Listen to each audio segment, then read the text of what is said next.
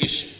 And the fundamental issue is that ECOWAS is protecting its protocols. Ironically, when ECOWAS deployed the standby force to the Gambia to make sure that a president who had lost elections vacated the presidency, nobody made noise. Today, they are saying, why are you intervening in Niger? So serious interests are at stake here. But that is not going to divert ECOWAS attention. We just want to tell them that and inform them about the resolve of the ECOWAS heads of state and government to make sure that by all means available, constitutional order will be restored in the country. And this meeting today bears testimony to that. And people are telling us, where are we going to get the resources? So ECOWAS is being teleguided by the West, it is being teleguided by France, it is being teleguided by anybody. But what they forget is that ECOWAS is a rules-based organization. We have our protocols, we have our norms, and we are ready to protect them. That's why the heads of state are saying, if push comes to shove, we are going into Niger with our own contingent owned equipment. We are going with our own resources and to make sure that we restore constitutional order. The planning mission, which started on the 2nd of August, has come to an end today. We've already agreed and fine-tuned what will be required for the intervention. The strategic lift capacity, what the strategic objectives are, equipment needed, commitment of member states, which was very, very, very encouraging. All member states of ECOWAS present here today have all committed elements. They have committed their own equipment. They have committed their own resources to undertake this mission. I tell you, we are ready to go anytime the order is given. The D-Day is also decided, which we are not going to disclose. There will be no more meetings of the chiefs of defense staff. If there will be, it will be probably in the course of the operation if there is the need to adjust the operation. This is the second extraordinary meeting and the final meeting before deployment. That is what we want to inform you about, and that as soon as our heads of state and government are satisfied with the report that has been presented, our troops across the region are ready, and they are ready to call, respond to the call of duty of the region. We are not against the Republic of Niger. We have said, just as the chief of the committee, the chair of the Committee of Chiefs of Defense Staff has just said, that all the options are on the table. And as we speak, we are still readying mediation mission into the country. So we've not shut any door. We've not shut any door at all. The sanctions are also on the table. And if they respond favorably, to the request by the Authority of Heads of State for dialogue, we are ready to accept. All we are saying is that we are not going to engage in endless dialogue. It must be fruitful, and its objective must be the restoration of constitutional. Well, so ECOWAS says that, look, they are not going to engage in endless dialogue. And the calls for diplomacy has been such that when, according to them, they make the approach, they have the door being continuously slammed in their faces.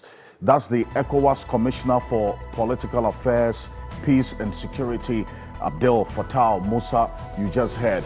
This was a press conference that was addressed by him after that two-day crucial meeting of the ECOWAS security chiefs here in Accra. A number of things came up. The United Nations has waded into this. They have some serious concerns. We'll get into that this morning. It's one of the key issues that we're going to be spending some time on together with you and our guest here on Key Point on TV3, also live on 3FM 92.7. Has Ghana taken a decision and a position on what to do in this ongoing situation in Niger? Stay with me. We would get into that this morning. And then also the Ghanaian community in Niger already raising concerns about how this situation is taking a toll on them already. We'll get into that this morning here on Key Point. Also, the scores of Ghanaians who are raised concerns about the 10% tax on betting and lottery earnings. And we would get into all of that as well to understand what the concerns are and whether indeed government is going to take that as well into consideration. Remember, this tax took effect on August 15th. And so we would get into all of that and some reactions as well and take into consideration the concerns of those who have also opposed this new 10% tax on betting earnings. Plus, the minority in Parliament is demanding answers on the changes in the cost of the Bank of Ghana new headquarters. They quote that the first figure was somewhere around $60 million and then went up to about a little over $80 million. Now we're talking about $250 million in excess. If what they're saying is indeed anything to go by, raises fundamental concerns that they want the Bank of Ghana to answer to. This morning, we would find out exactly the detail that they want from the Bank of Ghana. This is Key Point. We're live on 3FM 92.7, also live on TV3 Ghana on Facebook, DSTV channel 279, all across the world on 3news.com. My guest will join me after this quick break. Colonel Festus Aboagye is a security analyst with international repute. He's going to be joining us. Also, Professor Ransford Jampo is a professor of political science at the University of Ghana, Legon. And James Agaga, the Honorable James Agaga, is a member of parliament for the Busa North constituency. He's the ranking member of the Defense and Interior Committee of Parliament. Will be joining us. Martin Pebo is private legal practitioner, and Fatima Abubakar is Deputy Information Minister. They're all joining us right after this quick break here on Key Point. We'll be back shortly. Stay with us. I am Alfred Okansi. Welcome.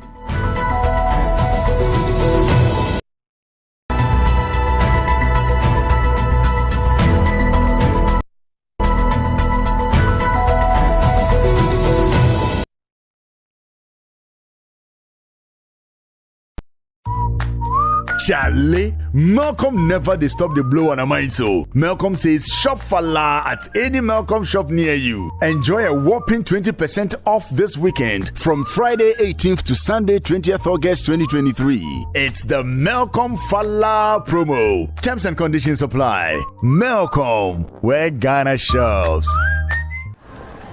Life can get hectic, and sometimes we forget to prioritize our well-being.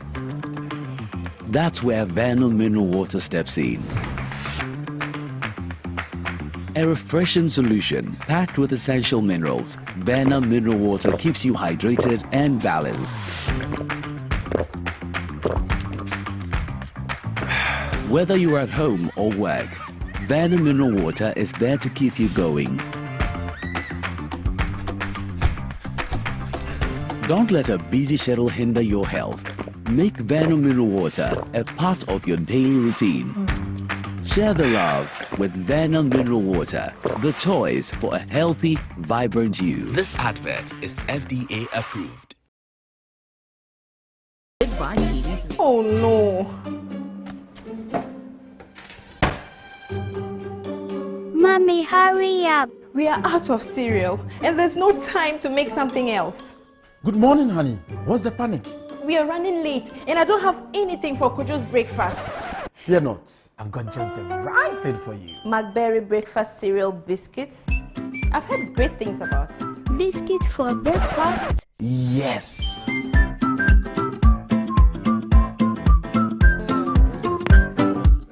McBerry breakfast cereal biscuits are made with goodness of cereals and milk for a good start to your day.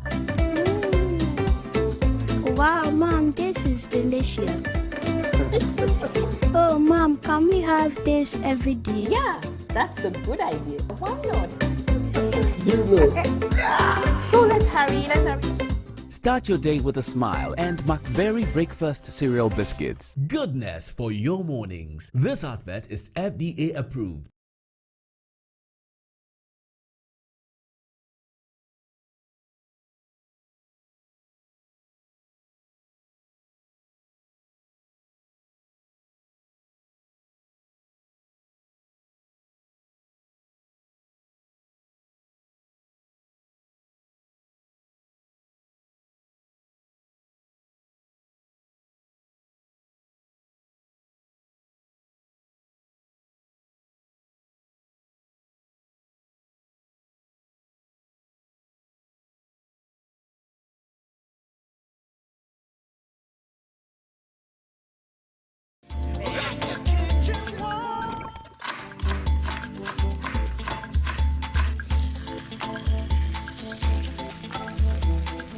This week on the second season of Kitchen Wars, it's the 10 of Group D. We are the chef on chefs. We are winning. Expect nothing but the best from us. Mojo shine forevermore. Whose aroma will do the magic trick for Group D? Okay, I want a free outfit for space. So that you can accommodate. And when you see my size, I don't eat, I feed. 5 attempts. 1,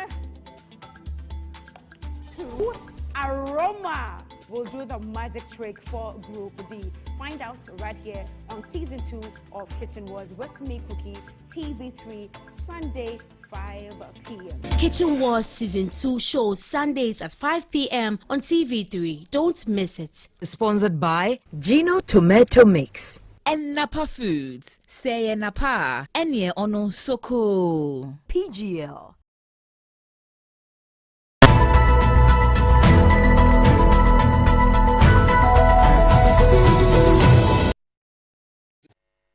We say no to military intervention. That is the issue. And the fundamental issue is that ECOWAS is protecting its protocols. Ironically, when ECOWAS deployed the standby force to the Gambia to make sure that a president who had lost elections vacated the presidency, nobody made noise. Today, they are saying, why are you intervening in Niger? You know, so serious interests are at stake here. But that is not going to divert ECOWAS' attention. We just want to tell them that and inform them about the resolve of the ECOWAS heads of state and government to make sure that by all means available, constitutional order will be restored in the country. And this meeting today bears testimony to that. And people are telling us, where are we going to get the resources? So ECOWAS is being teleguided by the West, it is being teleguided by France, it is being teleguided by anybody. But what they forget is that ECOWAS is a rules-based organization. We have our protocols, we have our norms, and we are ready to protect them. That's why the heads of state are saying, if push comes to shove, we are going into Niger with our own contingent-owned equipment. We are going with our own resources and to make sure that we restore constitutional order. You will put in place a plan to ensure that the standby force is activated and that democracy will be restored in Niger. If presidential guards in Guinea and Niger, I'll use the word, take hostage their president, nobody And let me repeat, nobody in West Africa is safe.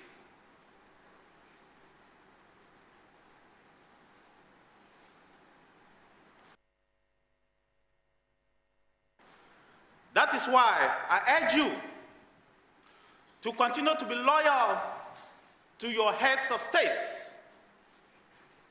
I urge you to continue to be loyal to ECOWAS directives and to give effect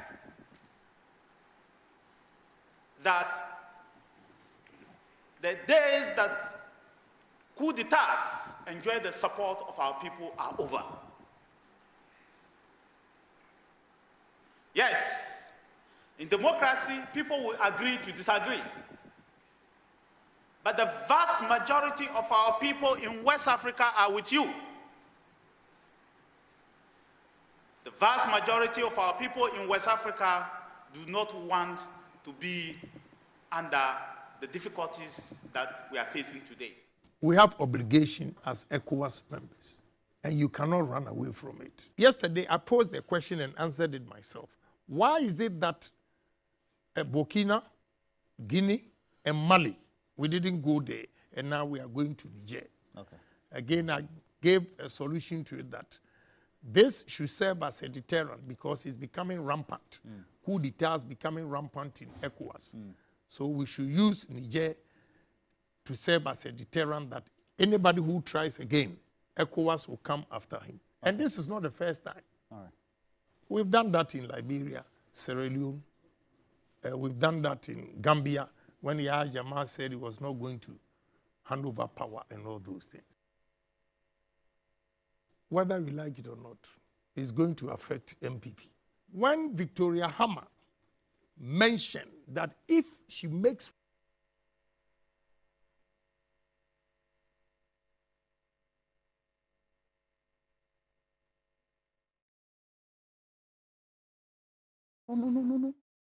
to military intervention. That is the issue. And the fundamental issue is that ECOWAS is protecting its protocols. Ironically, when ECOWAS deployed the standby force to the Gambia to make sure that a president who had lost elections vacated the presidency, nobody made noise. Today, they are saying, why are you intervening in Niger? You know, so serious interests are at stake here. But that is not going to divert ECOWAS' attention. We just want to tell them that and inform them about the resolve of the ECOWAS heads of state and government to make sure that by all means available, constitutional order will be restored in the country. Welcome back. Quick break here on Key Point on TV3. We're live on 3FM 92.7.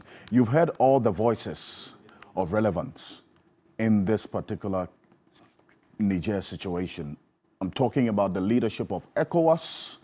The man you just heard is ECOWAS's Commissioner for Political Affairs, Peace and Security, Abdel Fattah Musa, talking about other instances where ECOWAS stepped in and nobody raised any issues. Can that be compared to what's happening in Niger? Are the dynamics the same? And Kenneth Agyapong, who is the chair of the Defense and Interior Committee of Parliament, is talking about Ghana's obligations to ECOWAS. Is that the case that we are totally and ultimately bound by these obligations, that we cannot take a decision as a sovereign state, taking into consideration all other factors? We would get into that.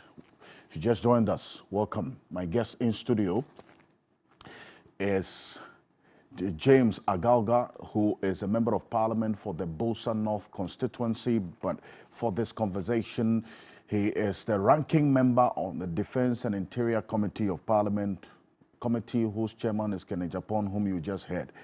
Noble James Agalga, good morning, welcome. Also, Martin Kpebu is private legal practitioner. He is the convener of the Komipreko Reloaded demonstration. He tells me that in the coming month, something is coming up. And then also a leader of one of three individual bondholder groups, Lawyer Martin Kpebu. Good morning, welcome. Morning, Mr. Kansi. Great. Also joining us is Professor Ransford Jampo. He is the newly elected University of Ghana, University Teachers Association of Ghana, UTAG President. Professor Ransford Jampo, good morning and congratulations to you. Good morning and thank you. It's been a while, been here. Let me welcome those joining us on Zoom. Colonel Festus Aboagye, retired, is a security analyst with international repute, with his work in Sudan and many other conflict zones. Comes with rich resource for this conversation this morning. Colonel Festus Aboagye, good morning. Welcome. Thanks for having me. Also, Fatima Abubakar is Deputy Information Minister. She's also joining us on Zoom. Fatima, good morning. Good morning, Alfred. Great. And to your distinguished panelists. Wonderful. So, let me start off with you. Jomo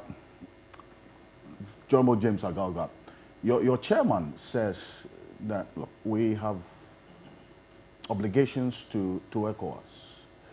And so we have to be mindful of that as well. I know that this week, your committee and the Ministry of Defense and Interior, the Ministers of National Security, you've been meeting.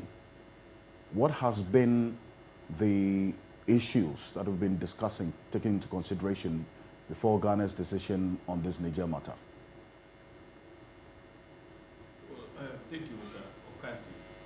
First of all, let me indicate that the meeting, the Joint Committees of Foreign Affairs and Defense and Interior, the security ministers, the three security ministers, the Defense Minister, the National Security Minister, and the Interior Minister was convened and under certain protocols that the committees would usually adapt. And so once the ministers appear and give indication that the discussions are supposed to be confidential, usually we are bound not to make disclosures. But I can tell you for a fact that the discussions centered on the unfolding situation in Niger and the response of ECOWAS. Now, as you would recall, ECOWAS Authority of Heads of State and Government took a decision from the beginning when the junta in Niger overthrew President Bazoum. And the decision of ECOWAS was that they would use military force to restore democracy in Niger. Now, when those threats were issued, many thought that, look, ECOWAS had made a mistake because in the first instance, ECOWAS ought to have used diplomacy to try to resolve the crisis rather than threatening to use force in Niger. And those who held those views, and I am one of the people who held the view that ECOWAS should have exhausted diplomacy before moving a step further to declare that they would use military force to restore the President Bazoum's regime in Niger. Now,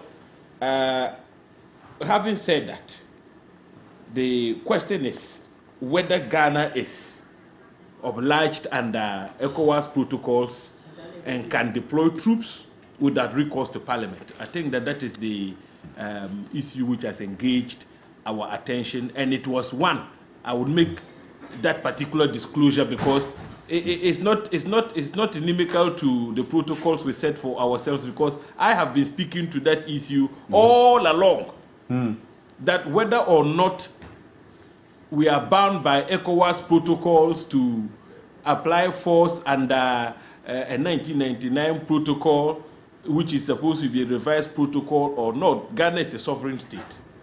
And we have certain obligations under Article 75 of the Constitution, which requires that whatever decisions are taken at the level of ECOWAS, if there are treaty obligations arising from whatever we ratify at the level of the executive, then there ought to be a second level of ratification at the level of Parliament. Now, I've been searching to see whether some of the protocols that have been revised have been ratified either by legislation or resolution in Parliament, and I am not able to identify when Parliament actually took steps to, as it were, domesticate those obligations in a manner that would make those obligations fully binding on us as a state. So we're talking about the 1999 revised protocol, which establishes some collective security mechanism for ECOWAS, which allows them to apply force when there are massive violations of rights, when governments are overthrown by force.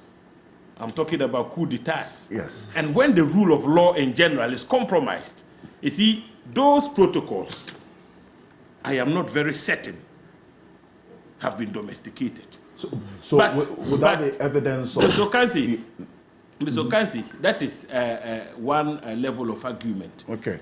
For me, what is fundamental is that... I just wanted to stay on that particular bit of, if there is no evidence of a ratification of these ECOWAS protocols by our Parliament, what are the implications? What does that mean? Because you say you haven't even found any... Yes, I haven't. I've been conducting some research, and I haven't found anything to suggest that Ghana took those steps. Be that as it may, and you be mindful. The Gitmo decision was very clear. All right, when Ghana, took certain steps, we went into some agreements with the United States to host former terrorists in our country. Some people went to court, and the Supreme Court was very clear that whatever the executive did was subject to parliamentary ratification, and that next time when we commit ourselves on the international plane, we must take steps to have whatever decisions we took over there ratified by Parliament. And having said that, look, I heard Abdul Fattah make certain comments after yesterday's meeting that the standby force was going to be funded by ECOWAS. However, there was a caveat.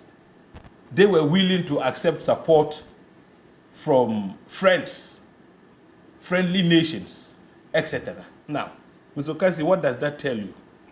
It means the funding is something that goes with war, declaration of war. You cannot deploy troops when you haven't budgeted for the expenditure that would arise from such interventions. Now, as we sit here, you know why it is compelling that the President Akufo-Addo's government must come to Parliament, table the decisions taken at the level of ECOWAS for parliamentary approvals. No. We don't have any appropriation for any war in Niger. And so if Ghana has to commit troops, how do we fund the troops? From which sources? Because we haven't done any appropriation for any war effort in Niger. Do you now understand why it is compelling that they must come before Parliament? But what will be your response if they say they are going to use the contingency vote? They would use the contingency vote. The one they use for the National Cathedral. I'm just asking. But we have made the point that the funding, we were misled into thinking that the National Cathedral was going to be constructed from donations. Yeah. Nobody gave a hint that they were going to rely on contingency. So our arguments have been that the appropriations that were done for the cathedral project are illegal and should be treated as such. So please, you may not find a clear-cut provision in the Constitution which requires that if the president has to declare war, he must come before Parliament for approval. There is no such provision in the Constitution. It's not in the spirit. But the spirit requires that, look, before you commit Ghanaian lives, people's husbands, people's relatives to war where they could die, you need the people's consent to act in such a manner. And how do you gauge whether the people are interested in a war effort or not, other than going through their representatives, where the people speak through people they have elected to represent them in the National Assembly? So you see, I think we must be forthright and do the right thing. In Nigeria, the Congress actually debated the decision of ECOWAS to go to war and admonished their president not to. Governors of the northern states came out, issued a communique. They should not move. Northern senators, even aside the resolution the Congress passed, also came out and stated categorically that they are opposed to any application of force in Niger. And you see, most fundamentally, questions have been raised whether ECOWAS collective mechanism can entitle them to apply force without recourse to the UN Security Council. I'm a student of international law. I've gone through the ECOWAS example is novel. In fact, it is the first time a regional body like ECOWAS has assumed or arrogated unto itself the power to apply force without recourse to the UN Security Council. So it is not a straightforward matter. You can give us examples. The ECOWAS has intervened in Liberia before and etc. In most of the cases, after the act, the UN Security Council was called upon to ratify whatever they did. So we must be careful here, and if time will permit, we would even point out that, you see, when you have an international convention which is selectively applied, as in the case of the ECOWAS protocol, that they are seeking to selectively apply here, well, that is not binding law. You apply a law in a discriminatory manner. So when there are abuses, massive violation of rights in member states, ECOWAS doesn't act. When Burkina Faso is virtually overrun by terrorists, terrorists abuse rights. In Burkina Faso, the territorial integrity of the country has been compromised. ECOWAS didn't find it necessary to apply force in aid of the Burkinabe regime to assert its rights over its own territory. But when a government which has been entangled in neo-colonialist enterprises, etc., in the country is booted out, immediately ECOWAS invokes its collective mechanism and the 1999 protocol. That is questionable. I am not by any stretch supporting coups, not at all. I am saying that, look, sanctions are enough. Okay. Already the UN itself has written and has faulted ECOWAS for creating humanitarian problems because of the nature of the sanctions they have imposed against Niger. I'm sure we will discuss that. We will get into that. James Agaga, thank you. Very cogent issues you raise in your preliminary comments on this matter. Rightly so, because as a ranking member on the Defense and Interior Committee, these meetings you've been having this week points to something in the interest of government and the way forward, or what Ghana's position or decision will be in this Niger situation. And Fatima Abubakar is Deputy Information Minister. Now, after taking all of this into consideration, the issues at play, Fatima, in this Niger situation and how things are playing out, what is the government of Ghana's official position? That is, if you have taken any official position or decision on what to do in the Niger situation through ECOWAS. Okay, Alfred, once again, let me say good morning to you, your distinguished panelists, and also your cherished viewers, and also use the opportunity to congratulate Prof. Jampo on his selection or election as president of UTAG. Thank you. That being said, Alfred, let me start by saying that since the beginning of, or since the establishment of ECOWAS in 1975, not once has Ghana as a country reneged on its obligations. Whether it was based on diplomatic reasons or whether there was a need for any diplomatic or non-diplomatic contributions, Ghana has not reneged on its obligations. Secondly, Honorable James Agaga was referring to the the judgment in the Gitmo 2 case. And I want to remind him that post Gitmo 2, Ghana, being members of ECOWAS, participated in the 50th ordinary session of the Authority of Heads of State and Government on 17 December 2016 in Abuja, where they made similar commitments that they were going to use any means necessary to ensure that there is that democracy is protected in Gambia, a decision that the former President Mahama was part of, a decision that came at a time that the Honorable Member of Parliament was the Deputy Minister of Interior, so I know he was familiar with the Security Committee in Parliament. Maybe he may have an explanation as to whether there was parliamentary ratification in that instance before Ghana made commitments in that regard under the leadership of President Ellen Johnson Sirleaf. That being said, let me remind you. So, Fatima, as you're asking that question, since Yes. he's in the studio, I want an instant answer so that was there parliamentary approval in that instance? Mr. Okansi, the deployment to Gambia was done in 2017, and the Minister of Defense, right, actually did not come to Parliament. We made several calls, gave strong indication that it was unconstitutional for Ghana to deploy in the Gambia without recourse to Parliament. Subsequently, the minister came to Parliament and presented a statement. And in the ensuing debate, we made it very clear and even cautioned him that he should never, ever commit our troops to an international engagement such as the Gambia effort without recourse to Parliament. The answer is very clear. Right. Okay, that's on record. Thank you. Fatima, Yes. that's your answer. Yes, Alfred, let me remind you that at the time of the communique, when the ECOWAS Authority of Heads of States and Government took the decision to use any means necessary, it was under former President Mahama. Because it was also at the time where we were in transition, of course, the succeeding government was obliged to act upon it.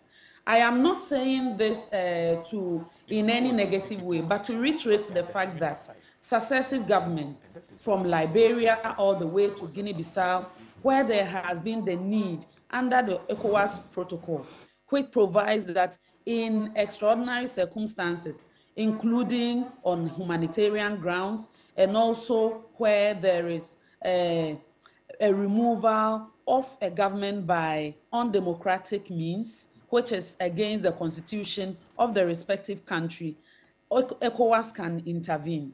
That being said, let me also remind you that ECOWAS has taken a position.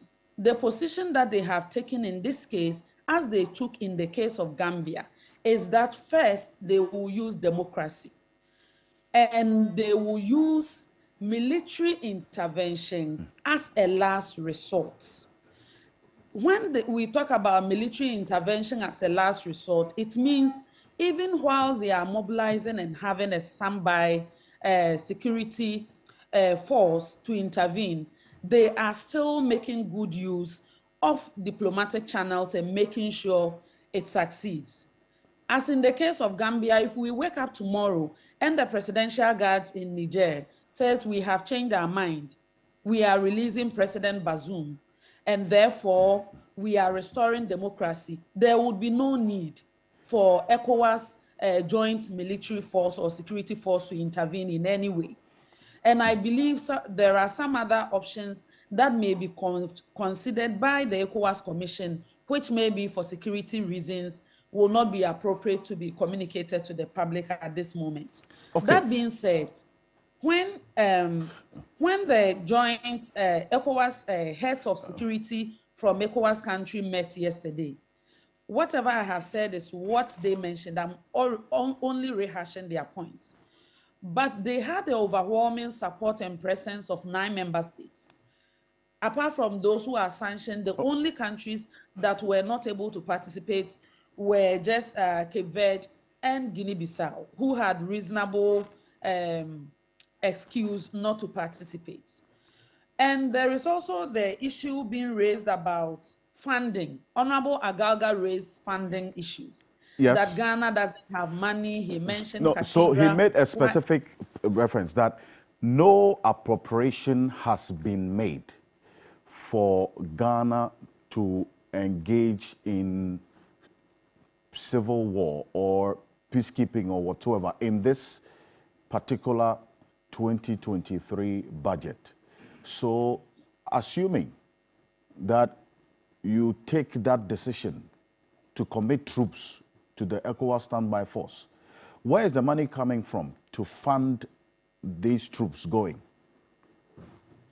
Alfred, as a student of international law, I know for a fact that when it comes to even financial or military commitment to the regional body, it has to be based on one principle: capacity to pay.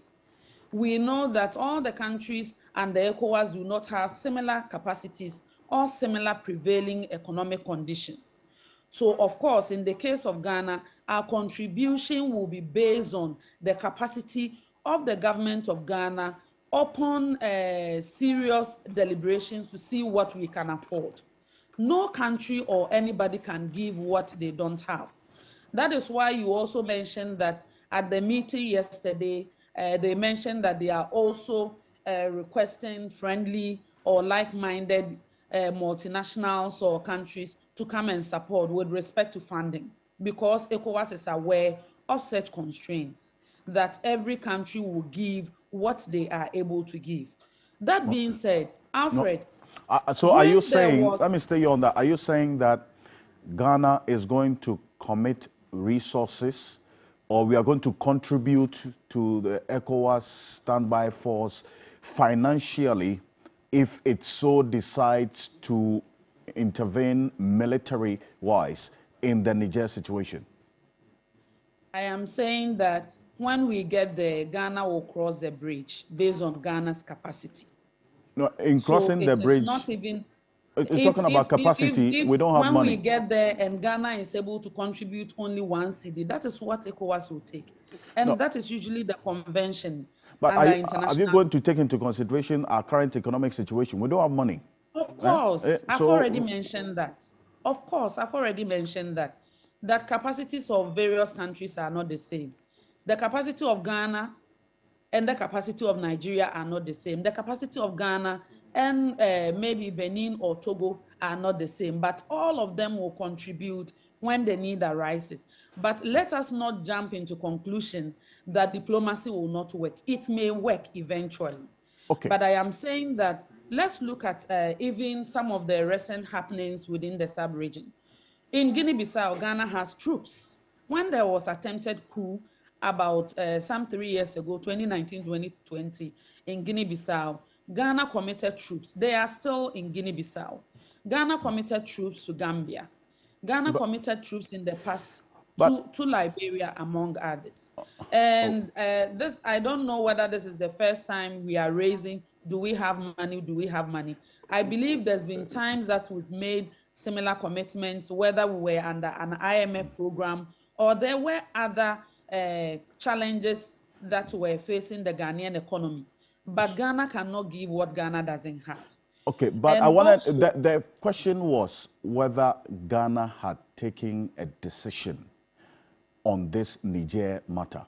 So has there been a decision taken or a consideration on what to do?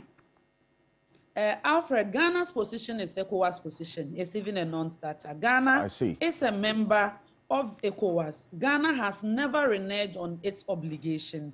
If ECOWAS is using dialogue and military as a last resort, Ghana will encourage and participate in dialogue at all levels and make sure we are able to restore democracy in Niger. If ECOWAS eventually decides that this is the tangent that they are going, because I have mentioned to you that there's been times that ECOWAS had mobilized standby military forces but didn't even use it. So let us not jump the gun. It may even happen that we wake up tomorrow and ECOWAS will say we are no longer using military because the Presidential Guard in Niger have agreed that they are going to restore democracy. And Alfred, finally, let me remind you that there are some individuals and some people who have used platforms to glamorize coup d'etats and have mentioned that, oh, and France, so French West Africa is supposed to do this to liberate themselves.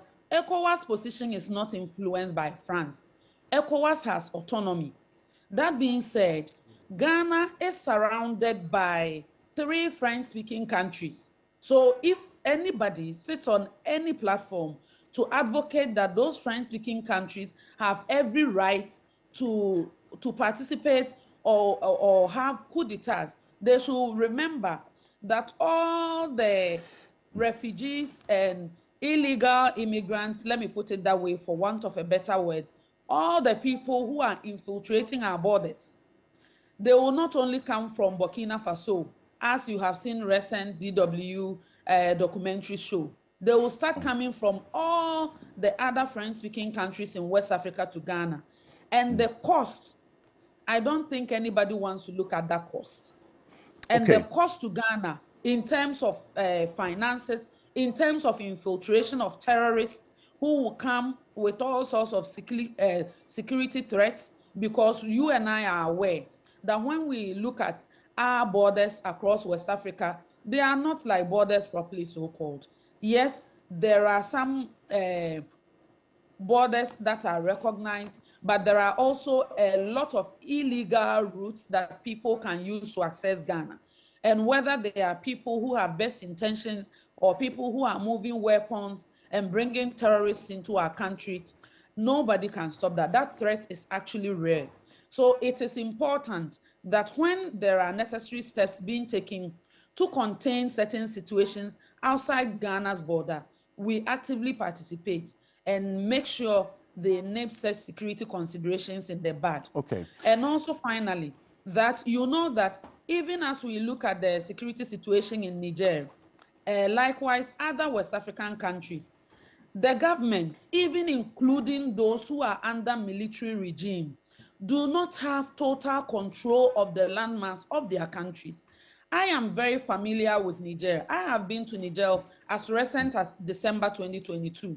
And I can tell you for a fact that if you move out of Niamey, which is the capital city, you cannot even drive up to 50 kilometers outside the capital and still be under the control of the government. You cannot move from the first city, which is Niamey, to the second economic city of Niger, which is Agadez, by road, because the governments in these respective countries, including in Mali where they have military rule, including Burkina Faso where they have military rule.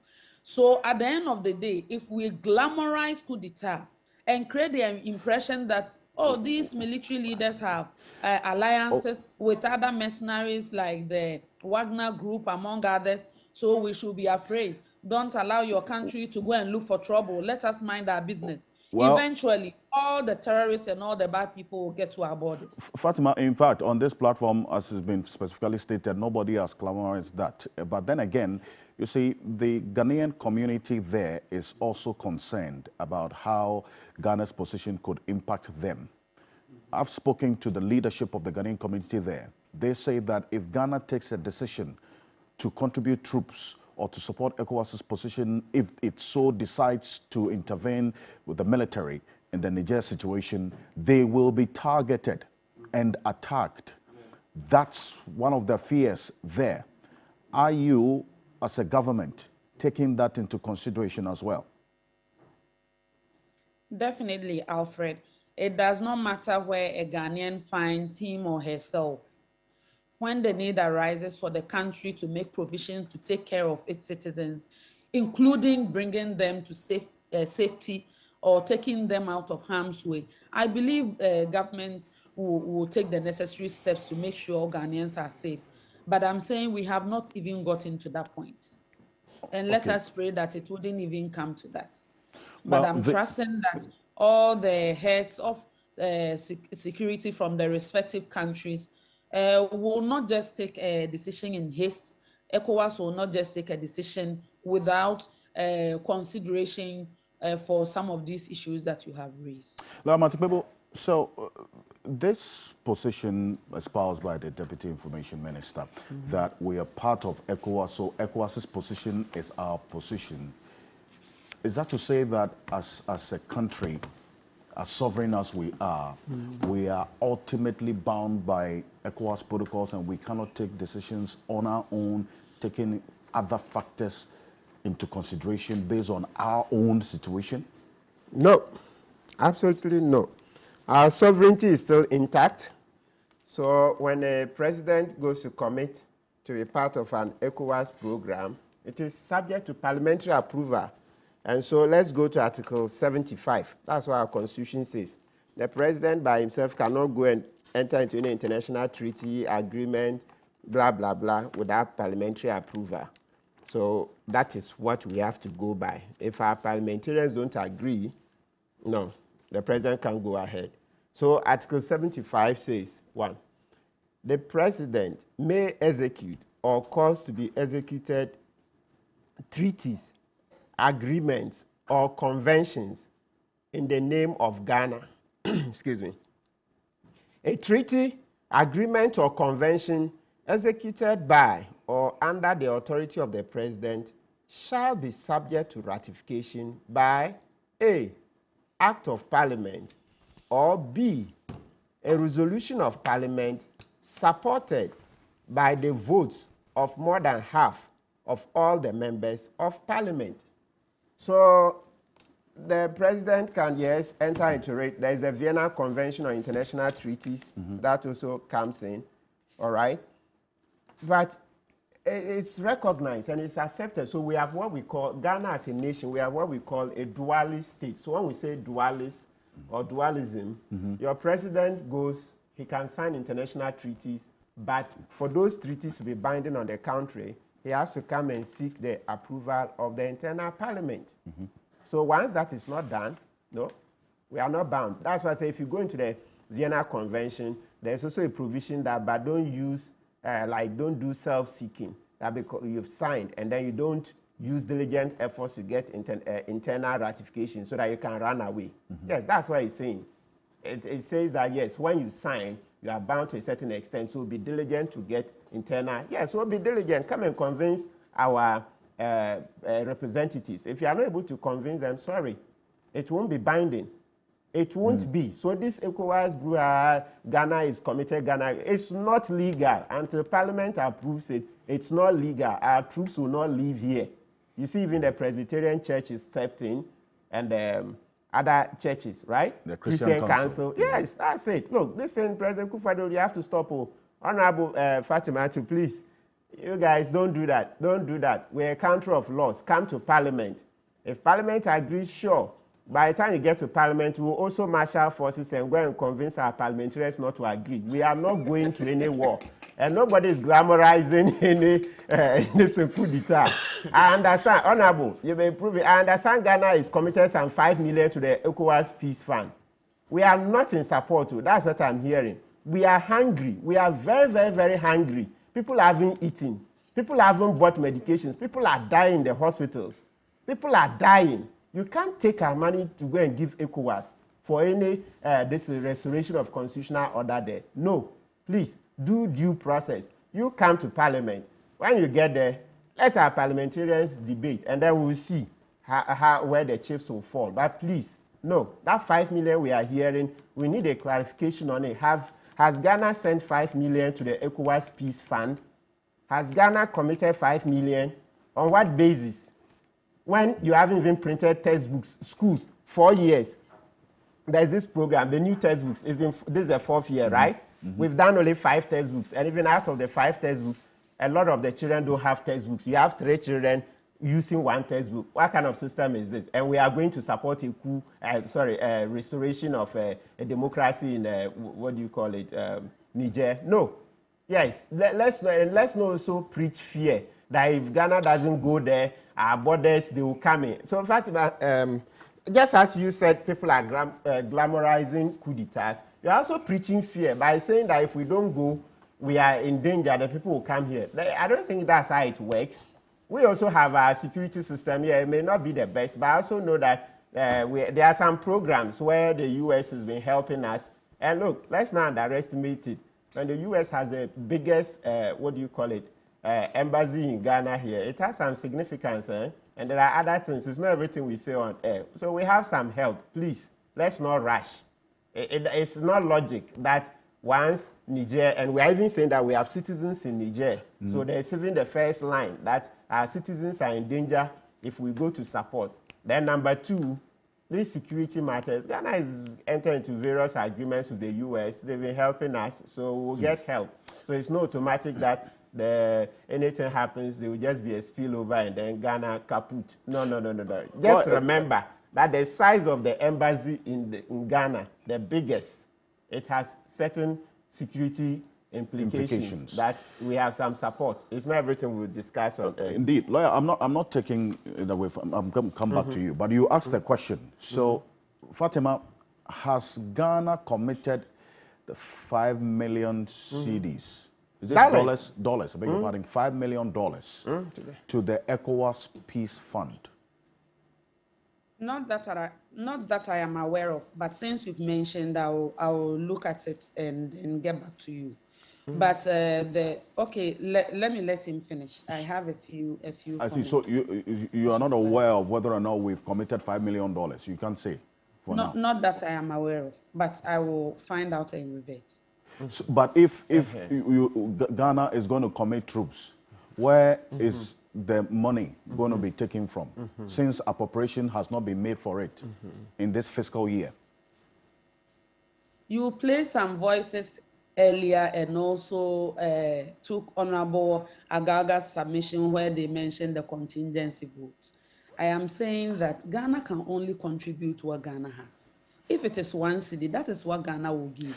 Yeah, that's so fine. I'm not talking about even the amount now. I'm talking about the source of the money. Because appropriation has not been made. So if, for instance, you decide that you're going to commit troops, where are you going to get the money? Why are you taking the money to fund it? But I am saying that I'm just mentioning to you that some suggested that the contingency vote. So if the government is able to get something from that, so why not? So but the point I'm making is that we will give what we have. If it means it has to come from the contingency vote, if it means we have to come to parliament, whatever it takes. I'm not even saying that Ghana is against, the government is against ratification as a dual state. I never mentioned that. Okay. What I was asking was from Honorable Agaga, since he was part of the Security and Defense Committee and a member of Parliament through the period that I mentioned, whether during those moments the executive came to Parliament for ratification. And he mentioned that in 2017, they didn't come to Parliament for ratification. But I am very much aware that there should be ratification. But when I asked the Honorable MP, he says he's still researching and looking for some documents. And because I am not in Parliament and I haven't seen that document myself, I don't want to say that, okay, at this one it was ratified and this one government doesn't. Okay. But of course, the defense minister is also a member of Parliament, so he knows the government's obligation when it comes to parliamentary ratification, and I believe the right thing will be done. James Agaga, so there was a specific reference to a statement that you had made earlier about the ratification of these protocols. And that's what Fatima was talking about. Briefly, and then I'll go to... Alfred, you see, in 2016, when Ghana, under the leadership of President Mahama, took part in ECOWAS decision to go to the Gambia, that was getting towards the latter part of 2016. Unfortunately for us, we lost power. The actual deployment happened after we had lost power, which is why when we started speaking out, you know, and giving indication that there was the need for the deployment to have been approved by Parliament, the minister, this same minister, Honorable Nituwul, then came to Parliament and read a statement in relation to that same matter. Then we debated his statement and admonished him never to commit us to a war in the future without recourse to Parliament. So these are the facts. We were not in charge. Right, okay. At the time the deployment happened. So, and like Lawyer Pebu rightly pointed out, ratification or, if you like, consent may have been given at the executive level when we were in power. But that did not absolve us from further responsibility of bringing the matter before Parliament, you know, for ratification. There are two levels of ratification here. We need to take that into account. Okay, it's important that you make that distinction. Kenal, first of all, I lost you briefly, but he's back. Kenal, so there is that concern about the funding, which in time past when we've spoken, you have raised some serious concerns about that. How much is going to cost ECOWAS or us as a country if we are committing this standby force to Niger? You've heard what the Deputy Information Minister is saying, plus the concerns of parliamentary approval. You have been in the thick of things, conflict on the continent. How serious is this cost element in all this conversation that we're having? Kenal. All right, Alfred, good morning once again. And let me extend same to my learned friends and the Honorable on your side. And there are very many fundamental issues around this intervention. And nobody must attempt to deflect the discourse away from those fundamentals. So I'll come to the funding issue.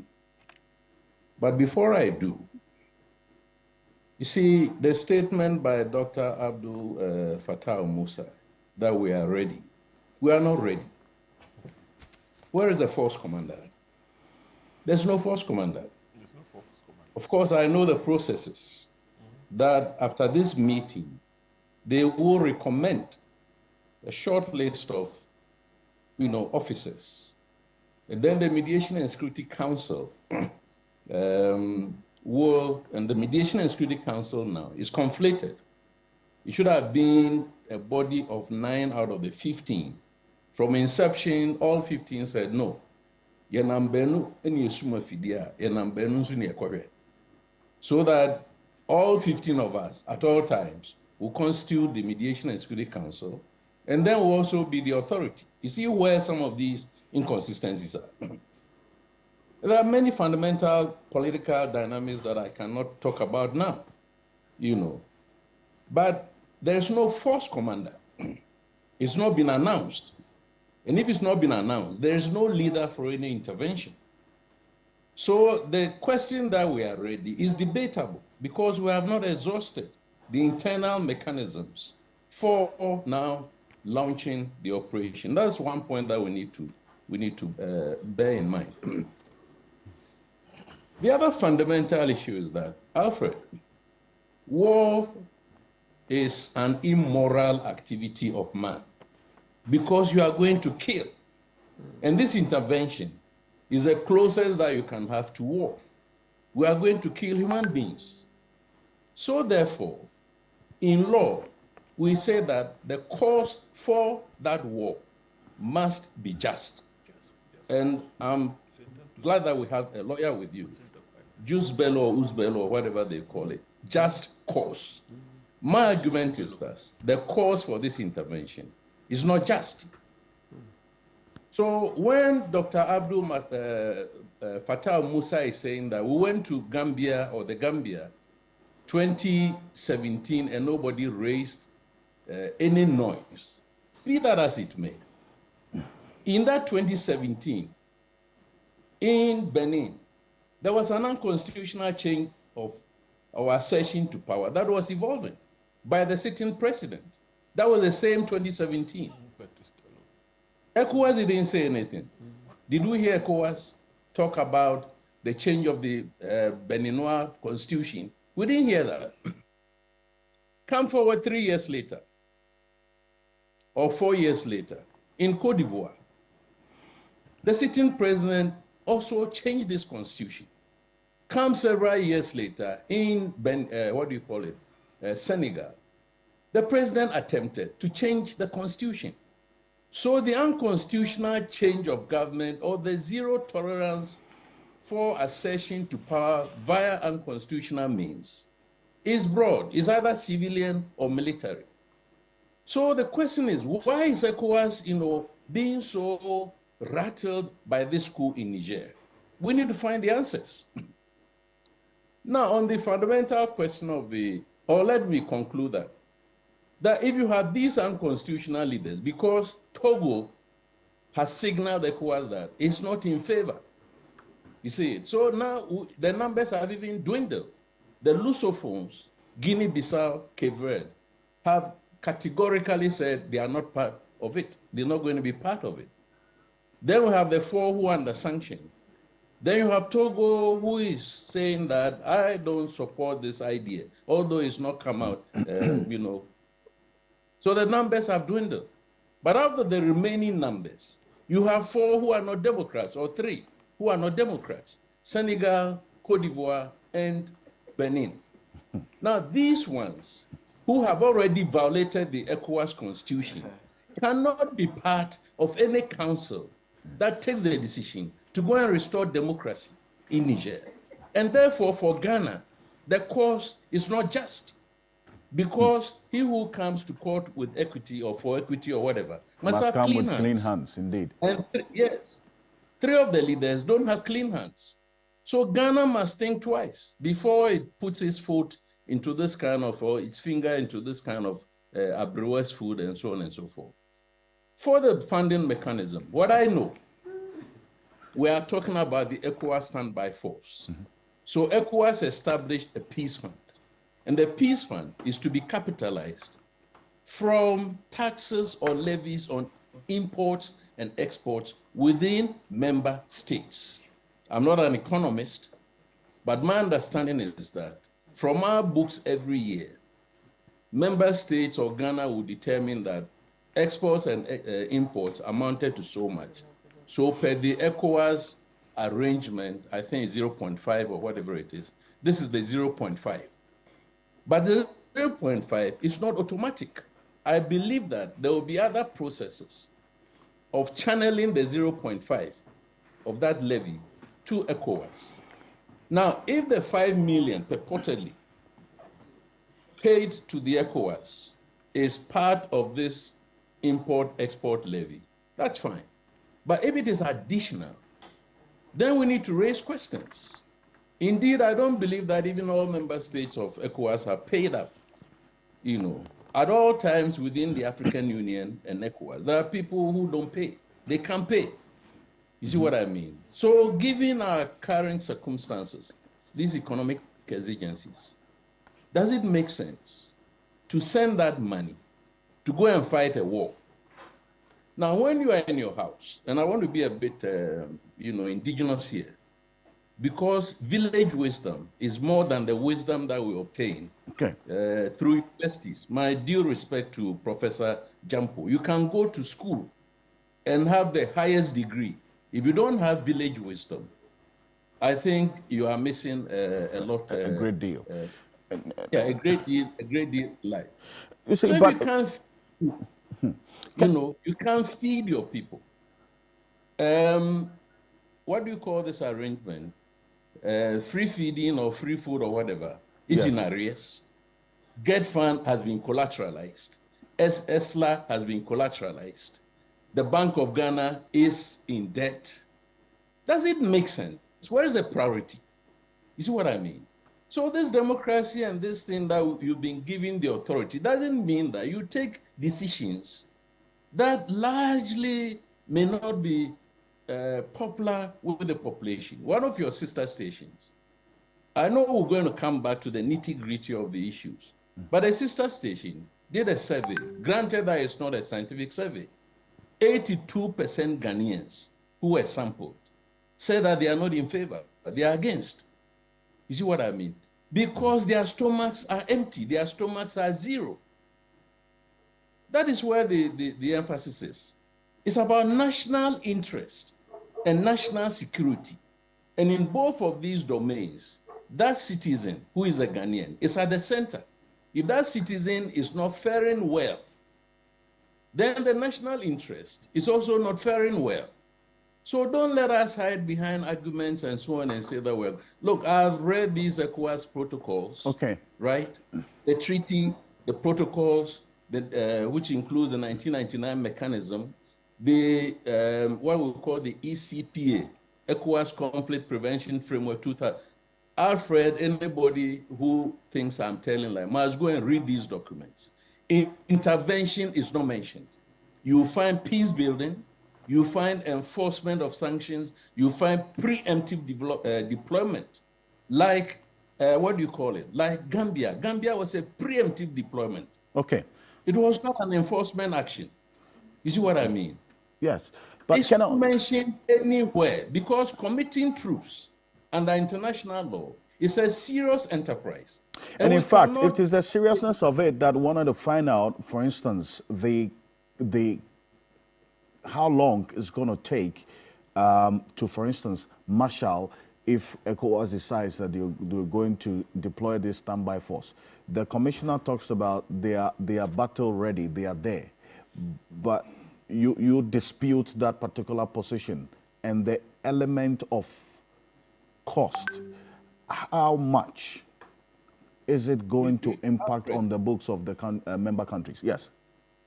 We are talking about democracy, right? So sometimes we learn from those who are practicing democracy elsewhere.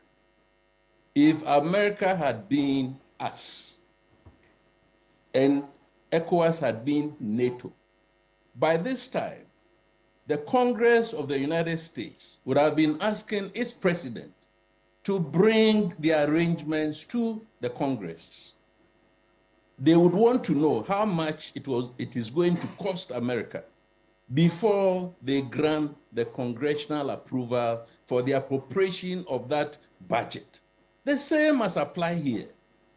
I'm not a politician, I'm not a political scientist like Professor Jampo, but my village wisdom tells me that you cannot have an armed forces per your constitution established solely or primarily for the maintenance of your territorial integrity and safeguarding of your sovereignty. And then you want to take those armed forces outside of your country, and you think that it is right and it is appropriate to take those troops without coming to parliament. Which democracy functions like that? Clinton and Obama and the sitting Trump and sitting Biden don't have that prerogative. So the government must go to parliament. That's what I'm suggesting.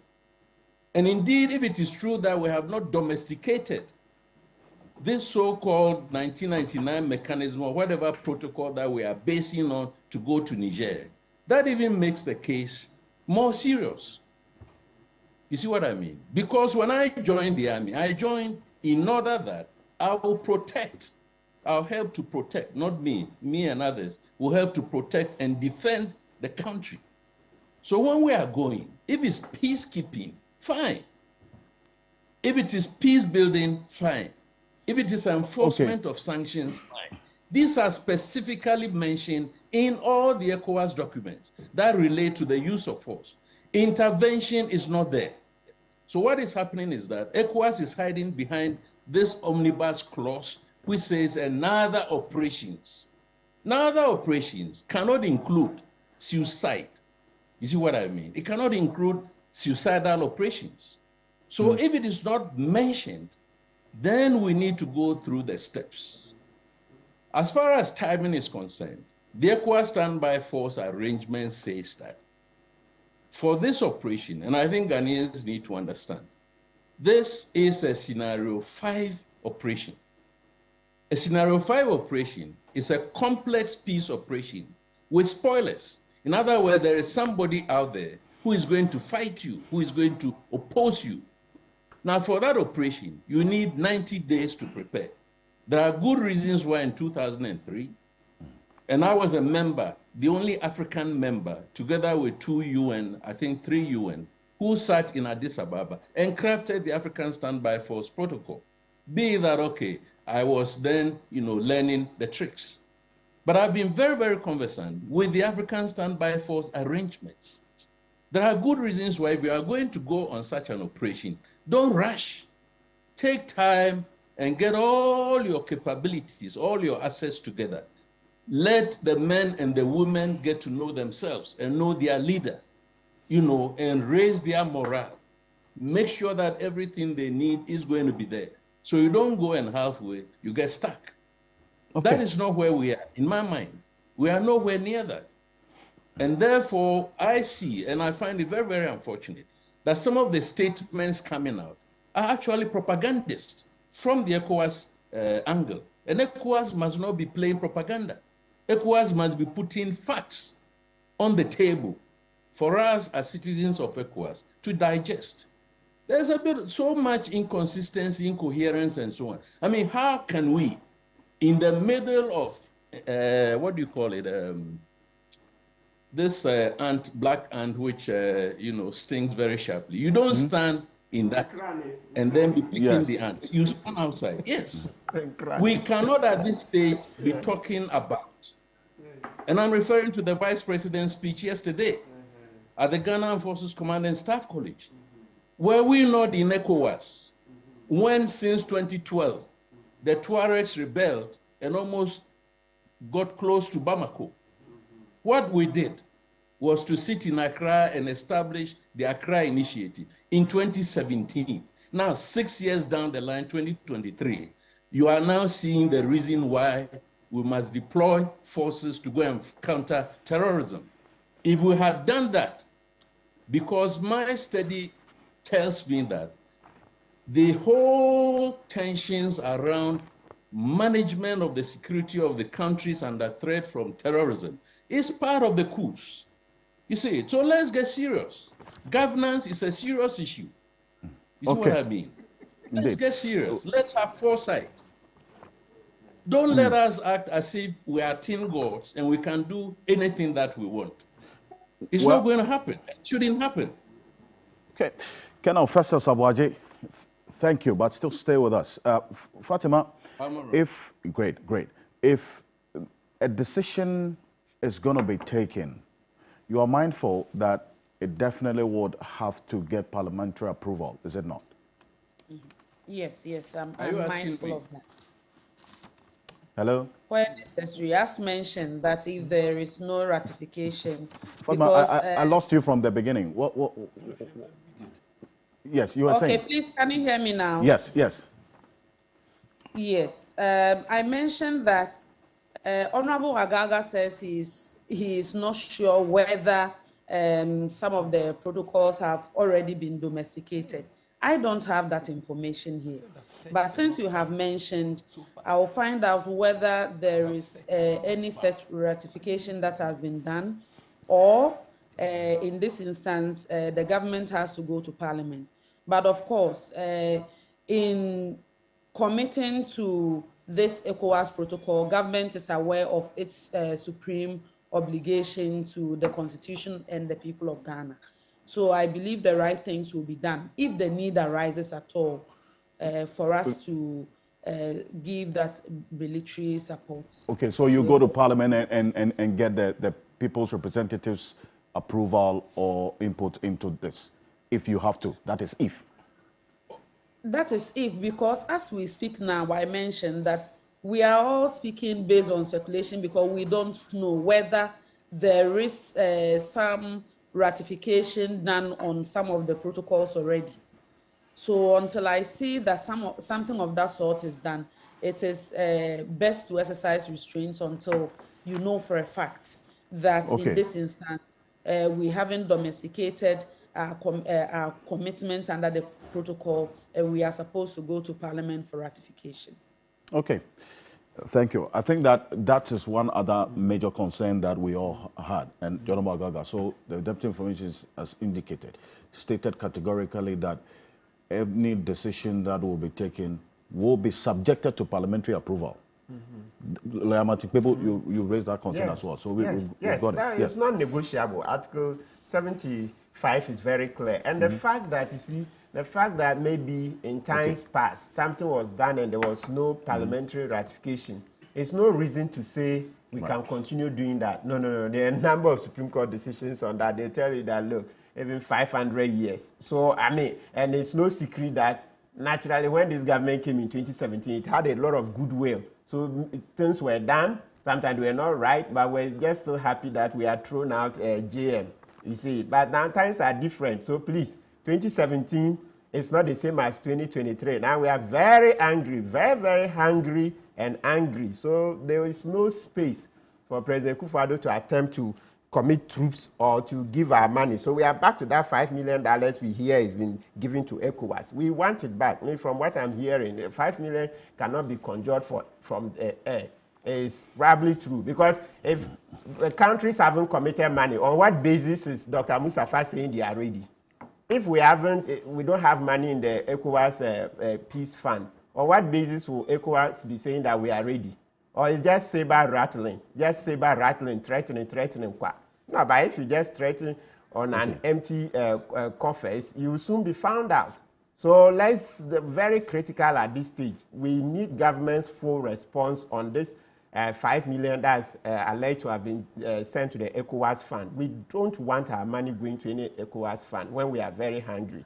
And so, in that respect, we'll call on Parliament. The parliamentarians, they're on break, right? Yes, they should sign. Say the Constitution allows a certain number can call for Parliament to be reconvened. We don't have to sit down 1/3, and the minority alone can do it, right? So Parliament should reconvene to put President Kufuor right. The country doesn't belong to him. He can't go forward without Parliament's approval. Because if we sit down with the way Dr. Mustafa is saying they are ready, next thing you know, then the troops will be gone. And it will look like, hey, we sat down on our hands and allowed it to happen.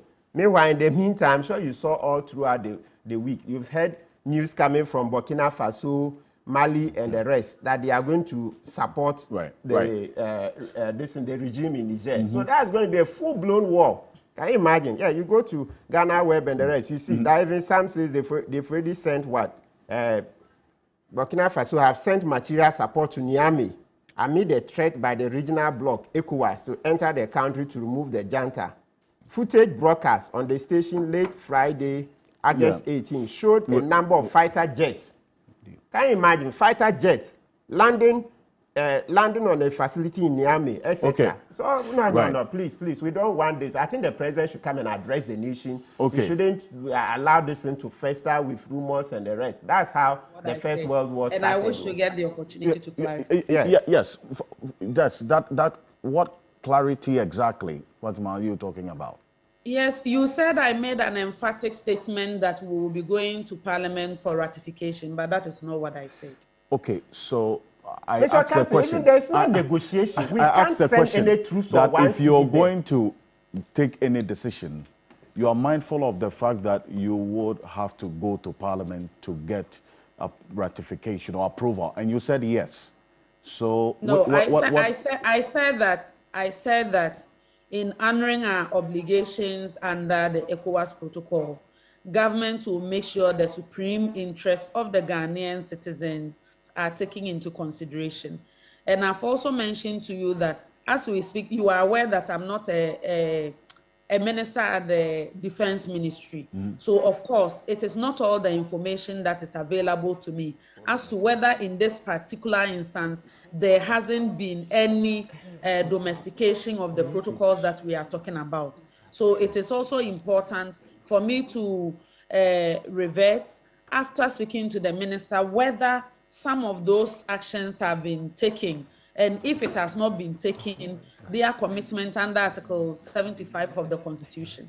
Because ultimately, we are bound to act in accordance with the Constitution. But because we don't have that information, what if we go there and they say, tomorrow the minister says, oh, we have domesticated these protocols. That is why in previous times we didn't have to go to Parliament.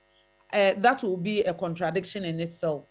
So I will have to defer to the superior position of the Defense Ministry after this show and seek answers and bring it back to you. But I cannot speak when I don't have those specific facts and stand here and say on authority emphatically that government is going to Parliament for any ratification. Well, but I am saying to you that your earlier answer to my question when I asked was that yes, you were going to, unless we all didn't hear you right. I asked a specific question. Unless I also didn't understand your question, but I have clarified what exactly I wanted to say. So I believe it should take precedence over what you thought I said. But it is the position of the law, so I don't think it's negotiable, really, that whether or not you're going to go to Parliament or otherwise. It is what is required. It is what has to be done. So it's not as though it is something that you choose to do or otherwise. Fatima. Hello. Yes. Yes, Alfred, I can hear you. But of course, if I don't have all that information, I cannot speak emphatically on behalf of ECOWAS. So it is only proper that I clarify that position and not give the impression that I already know that they are going to Parliament. No. Let me acknowledge the presence of the ECOWAS Commissioner for Political Affairs, Peace and Security. Ambassador Abdel Fattah Musa is also joining us on Zoom. Yes, Ambassador, good morning. Welcome. Yeah, good morning. Good morning. Can you hear me? We can hear you clearly. If you can kindly... Yeah, I am happy, to join. But unfortunately, I'll have to leave in about, if I, get my time right, in about 20 minutes or so. So okay, that's fine. But how far is the ECOWAS intending to go with respect to engaging in the diplomatic channel to get this Niger situation resolved, instead of sounding, as many security analysts have seen, the posture appears to be in favor of the military intervention being the first resort, that even though you're still talking about diplomacy, you still have your eyes on the military intervention? Yeah, no, thank you. Thank you for having me. Listen, it is you, the media, who are actually, beating the drums of war, right? Right from the beginning of this crisis, ECOWAS has always said we are going to exhaust all our tools, the array of tools that we have.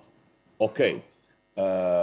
We condemn the coup. We ask for the release of President Mohamed Bazoum and his family. We ask the junta, CNSP, to restore constitutional order. All that has been on deaf ears, right? We deployed 2 high-level missions to the country. The first one, led by the former head of state of Nigeria, General Abdul Salam Abubakar, and the Sultan of Sokoto.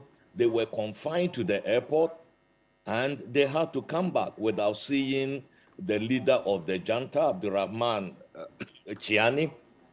Then we were on the way to the airport, an ECOWAS AU UN mission on the same mediation effort, and then they told us they were not ready to receive us. Okay, so that is it. I mean, sanctions have also been applied to the country, which is also the middle way, coercive diplomacy, if you will call it that way, but not using the military option. And meanwhile, we have to demonstrate credible force, that we can project credible force to enforce ECOWAS protocols that the junta has violated. Niger is signatory to them, the Supplementary Protocol on Democracy and Good Governance of 2001, which they have violated. So, no, if you would allow me to finish, all these things are there, and we are still asking them to give peace a chance by opening up the diplomatic channel. We are not the one shutting the door on them. It is rather they shutting the door on us. Finally, they tell us they are receiving the mission today, and we have taken up their offer. So there will be a mission into the country today, that is for sure. That will be the opening gambit. We will see how the discussions unfold. The thing is that if we realize that the discussions are going nowhere, I can assure you that we are not going to engage in endless dialogue. The devil of the dialogue of the deaf, that we don't hear each other. We don't try to listen to each other and know exactly where compromises can be made. If we cannot make it, then the very last option will be the military one. And I'm not giving you any time frame for the application of that last, ultimatum, and then the deployment of the force. So that is the trend that we are following. It is the sequencing of our interventions in Niger, and we are going to follow them through. I see. But why do you blame the media when yourself, 2 days ago, you had indicated that, one, your efforts to even, and you just mentioned it, get the attention or engagement, have a meeting with the junta, hasn't been fruitful. They have been, in your words, been shutting the door in your face, and that you are going to, by all means possible, restore democracy in Niger, and that you are not going in there to go and beg. If you make this statement, you don't blame the media when you have already indicated that your standby force is ready and ready to be activated. How then do you blame the media for questioning you for your own position that you have consistently stated? Why is the media at fault? Listen, it is because the planning meetings of the Committee of Chiefs of Defense Staff, that is what has captured the headlines. Okay, people, and the media itself de-emphasizes the peaceful option. The media, because that does not sell. What sells is the fact that ECOWAS troops are marching in. So the emphasis is on that. If you have any, you must know about military processes, right? We cannot just sit there and say that we may use force at some point if nothing else works. And then we'll sit down with our planning. So what ECOWAS has been doing is planning towards an eventuality which may or may not occur. Those are the things. But all the emphasis has been on the planning mission, and also the statements of the heads of state and spokespeople for ECOWAS, who time and again have told the media that the military option is not our preferred option, and that we are going to exhaust all peaceful means. So all that is happening is planning, is preparation, so that if what the push comes to shove, the ECOWAS standby force is not found wanting, so that we are ready to go. It doesn't mean we are going to deploy tomorrow. You see, but the thing is that all media attention and all discussions on social media has emphasized the military option to the detriment of all the options that have been put on the table since the beginning of the crisis in Niger. That is the difference. But is there any engagement that's ongoing between the ECOWAS delegation and the junta that we are not aware of? Have you met them? Have you had any dialogue? There have been back-channel communication with them.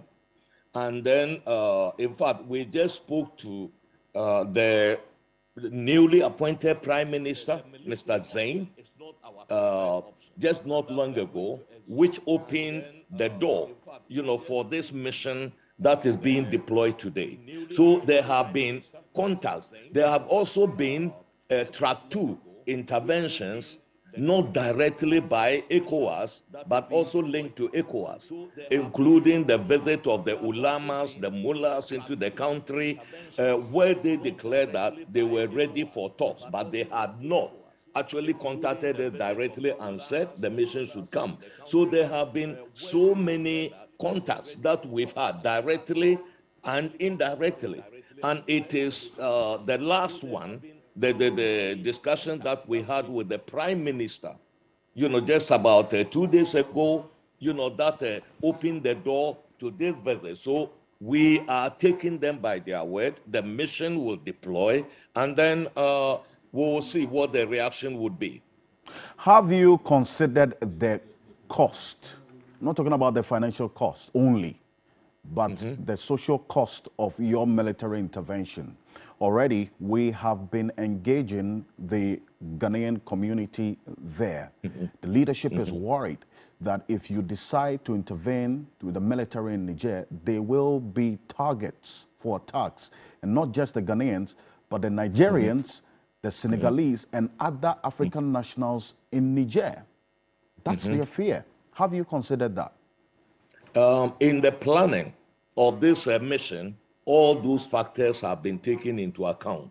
We know we are talking about the Ghanaian citizens who are there, the other nationals of West Africa. There are about 700,000 Nigerian citizens, refugees in Niger. We are very much aware of that.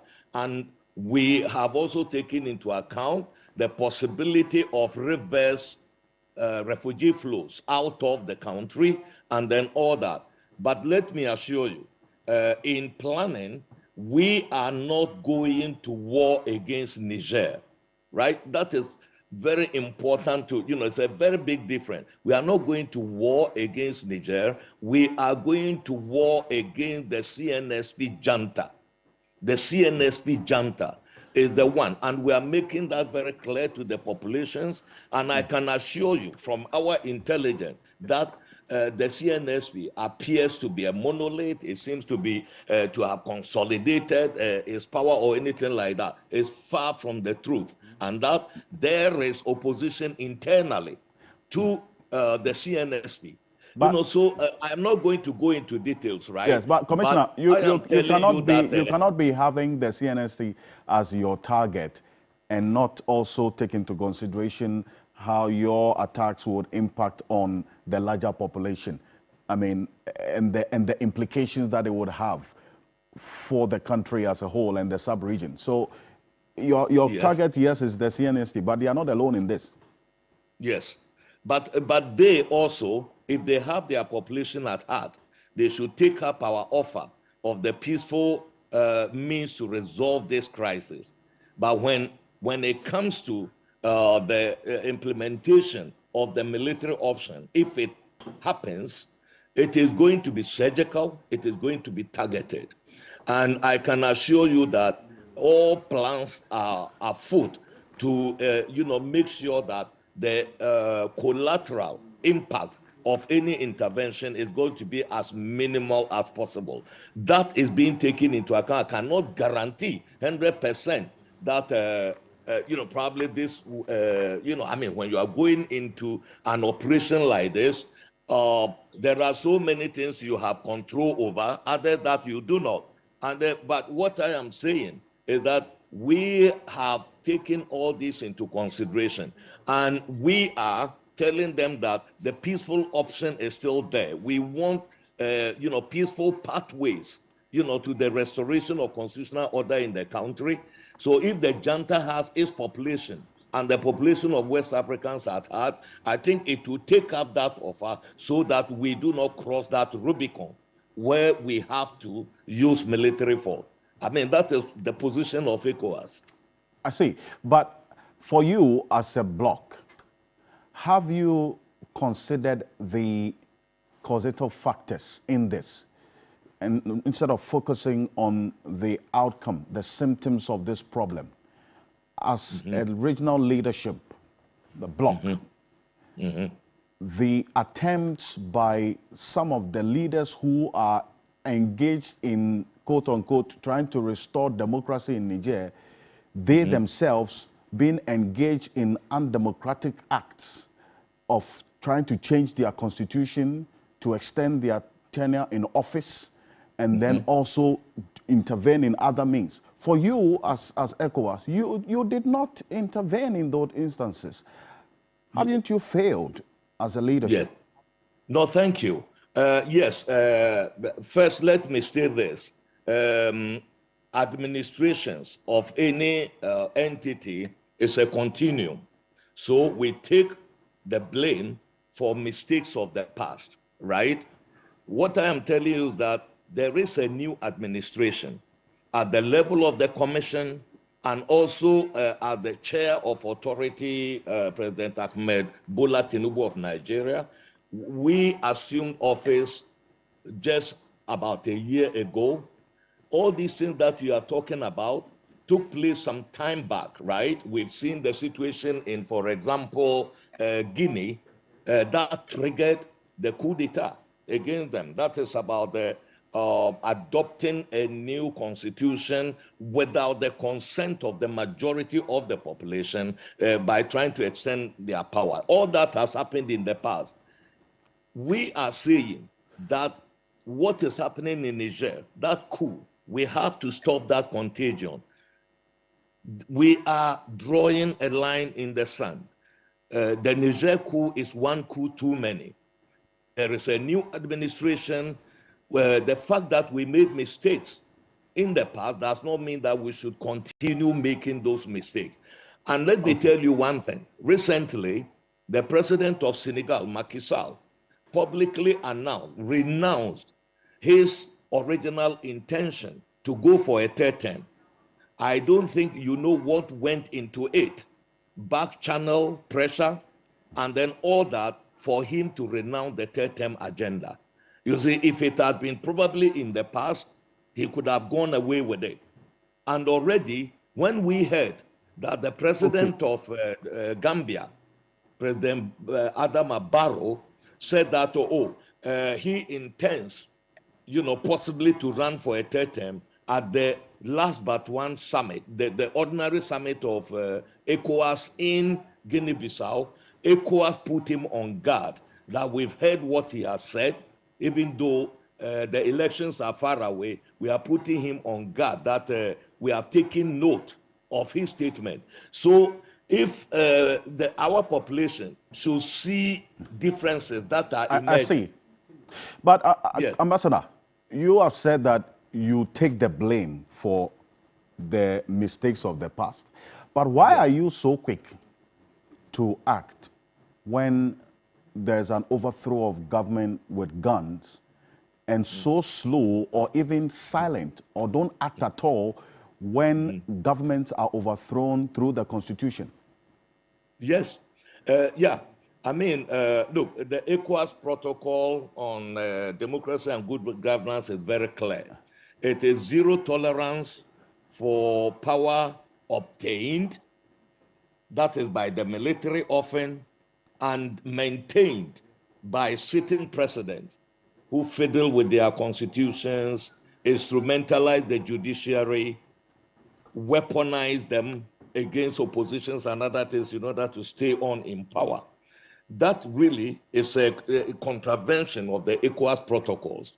And I must admit that ECOWAS has not been very, very quick in condemning and stopping such practices in the past. It is not one-way traffic. ECOWAS went into the Gambia, to stop a similar thing when Yahya Jammeh in 2016 lost elections and wanted to cling on to power. We deployed the force. You see, so that question that earlier, when I joined, I was hearing what you were saying about Ghana not going to the parliament and others. I wonder whether Ghana went to the parliament when it was deploying troops to the Gambia in 2016. So once again, that has to be taken into account. Ambassador, yes. I don't want, you may have limited knowledge about the local situation in Ghana. So you heard what was said, but there was some clarity given as to the Gambia situation. So maybe you missed that. So I will forgive you. Yeah. Okay, thank you. I'll I forgive made you. that. And But you see, I know you want to leave, but you see, at the heart. No, I'm telling you one thing. Don't forget, I'm Ghanaian, and I follow what is happening in Ghana as well. Okay, but then you would know that after the deployment, they came to Parliament, just to put it on record. But then After finally, deployment. before you go, at the heart of these schools, not just the Niger one, these schools we are seeing, about 6 schools in the last 3 years in the sub-region alone. At the heart of it is a bad leadership that is going on in the continent. Is ECOWAS not concerned about addressing the cause of the problem instead of the symptoms that we see with the coups? You see, ECOWAS does a lot of preventive work, structural prevention of crisis, but it does not capture the headlines. We do a lot when it comes to that in terms of the root causes, the structural causes of the crisis that we are seeing. We are doing a lot about that, including facilitating infrastructure development across our country. People do not talk about what ECOWAS has done, unique in the region, about free movement of people, about our, power pool for electricity, just to facilitate, developments in the country, providing assistance. Even the countries fighting terrorism, we are supporting them with humanitarian aid and also, with the money for them even to acquire the necessary equipment in the counter-terrorism effort that they are making. All these factors, I'm just naming a few, they don't capture the headlines, right? And let me tell you, we are talking about bad governance deficits that are causing this. I just want you to have the profile of the coups that we have witnessed in the region. If you look at it, in 2 of them, and now the 3rd one, the number 1 reason the military gave was insecurity. And our conflict environment is defined by terrorism and violent extremism, right? That is not necessarily, bad governance is not necessarily a causal factor in the spread of terrorism in the region. It takes its source long ago, even from outside our region, right? So that is the reason, for example, in Niger, they are number 1 reason. In Mali, number 1 reason. In Burkina Faso, number 1 reason. But what I would want to ask is that whose primary responsibility is it to fight terrorism? Is it the civilian administrations or the military in these countries, whose primary responsibility is the protection of the defense of the territorial integrity of their countries? You see, so it is not all black and white.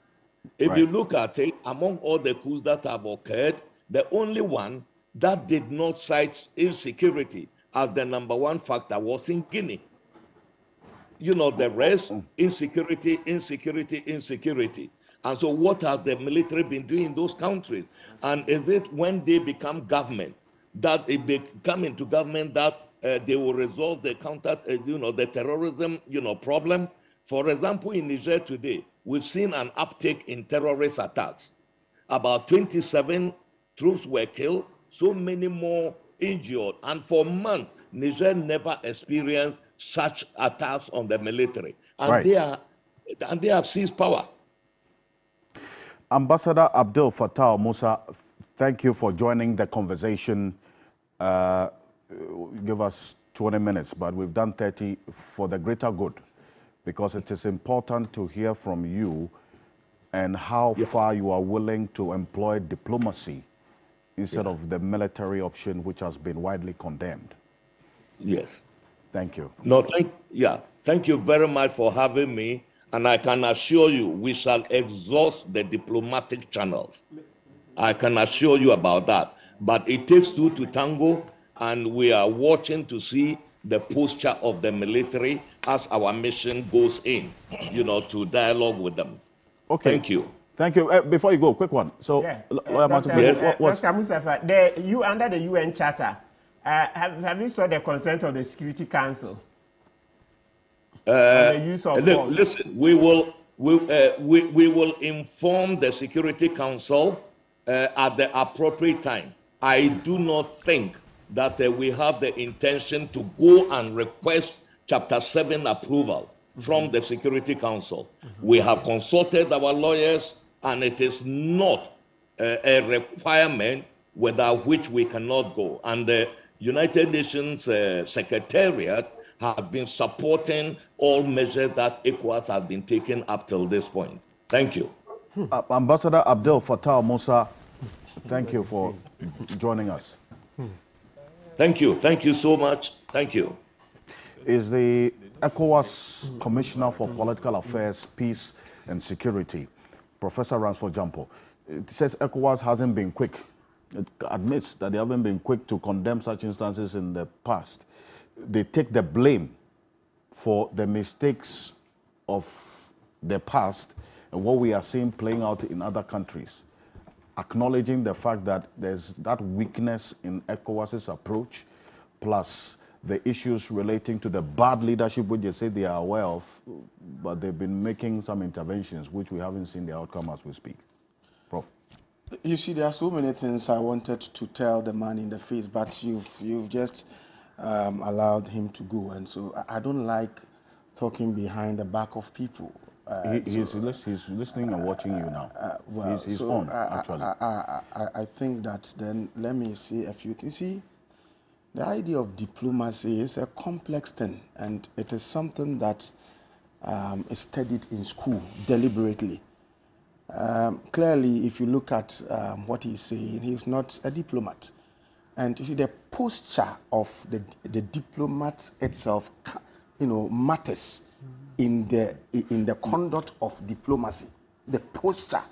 Okay, if you look at the utterances of his utterances, and of course the utterances of many people who are speaking on this, it shows that they are weak in their appreciation of the dogmas of diplomacy. And I would urge them that they should go to the Legon Center for International Affairs and Diplomacy to be schooled. Because diplomacy is not just about talking. A diplomat knows what to do if you go and doors are shut at you. You don't start the journey of diplomacy by the issuance of threat. We are going to talk, but we will use all force. We are going to talk, but we will go with the military. I mean, those kinds of things, they are annoying and they are offensive. And they infuriate whoever is listening to you. And so I think that he should tone down on the utterances and be sober. If he really is interested in occupying that position, is really interested in addressing the issue. But I have so many things to say about this, and then you made me sit here for over 1 hour. I've not said anything, so allow me to also have my... Indeed, just to state that he's espousing, Ambassador was espousing the ECOWAS's position, not even his personal position. Well, the ECOWAS's position for now, for me, I mean, what is ECOWAS? Do they exist? ECOWAS? I mean, where is it? Look, let's be serious here, okay? Let's not get into this situation and all of a sudden people get the opportunity and they want to be making pronouncements on some of these issues. I don't know to what end. So please, let us look at, when I listened to Colonel Festus Abuaje, I was very okay, and I kept asking myself, is he a Ghanaian? Is he not somebody who is worth listening to? Why won't anybody want to listen to such a view that is being canvassed, by such, distinguished people, distinguished personality like him? And so I have a belief that if we don't want to listen to people like Colonel Festus Abuaje, then we may have a certain agenda that we may be pursuing, as a people. Very soon I'll get there. But generally, let me say that coups are bad. Coups cannot be rationalized in any way by anybody. Coups are bad. And sometimes I hear people talking about coups, and it appears, or not it appears, but those who talk about them are people who have not experienced the consequences of coups. And when you stand in the lecture hall to talk about the history of Ghanaian politics, and you talk about some of the human rights abuses that occurred when there were coups, students tend to be surprised. And clearly it tells you that they don't know our history. People do not know that a human being was tied by a rope to a peace-goer. Peace-goer used to be it's a vehicle. So while the peace-goer was speeding, the human being was rolling on the floor and the body was mutilating until he died. People do not know that soldiers at one point in time got into a church, started shooting, and a pregnant woman had a baby gushing out of the tummy. People don't know that Makola women were paraded on the streets naked and were stripped publicly. There are so many. If you want to know the kinds of things that happen during military interventions, go read my teacher's PhD, Professor Michael Quay's PhD thesis. He talks about the kind of human rights abuses that takes place when there is coup. And so coups cannot be rationalized, in any way. If you read Plato, he talks about the role of soldiers, and he says that soldiers have no business being part of the governance process. Theirs is to be soldiers. You should allow the philosopher king alone to govern. But unfortunately, in Africa, we don't have philosopher kings. If you listen to some of the utterances of our leaders and some of the utterances of those people who speak on behalf of the ECOWAS, that tends to rationalize the kinds of bad governance that we have. It tells you we don't have philosopher kings in Africa. And so sometimes coups do occur, even though we don't want it, it occurs. But when coups occur, we are supposed to respond to it in different ways in a manner that ensures that we are able to competently or adequately address it. In responding to coups, sometimes you may have to use military force. Sometimes you may have to use diplomacy. And when I talk about diplomacy, it's not the kinds of things that the ECOWAS people are doing. They just talk publicly in a manner that even infuriates the person you are going to be dialoguing with. They are not diplomats, and I've referred them. I said, Lesiat to Legon. They should go there and learn, because it is not a child's play. They are using the other approach, eclectic. It is not diplomacy, a bit carrot and stick. It is not a child's play. You see, you have to sit down and be schooled. Now, so there are two different situations. Let me talk about the Gambian situation and then compare it to the Niger situation. See, the Gambian situation is different. ECOWAS moved there with troops, but that situation is different from what we have now. In Gambia, listen to me carefully, there was unanimity that, in the world community, there was unanimity that Yahya Jammeh had to leave. That's number one. Africa, the world community, there was unanimity that Yahya Jammeh had to go. Number two, Yahya Jammeh himself, his soldiers were no longer loyal to him. And so the moment we decided to send troops, he fled. Now, that is not the same situation in which we find ourselves in Niger. In Niger, number one, there is no unanimity as to the deployment of military force, even among the ECOWAS countries. In the world community, there is no unanimity. That is number one. Number two, the forces, the military junta, they have a lot of support from the people. Number three, the military junta, they are willing to fight.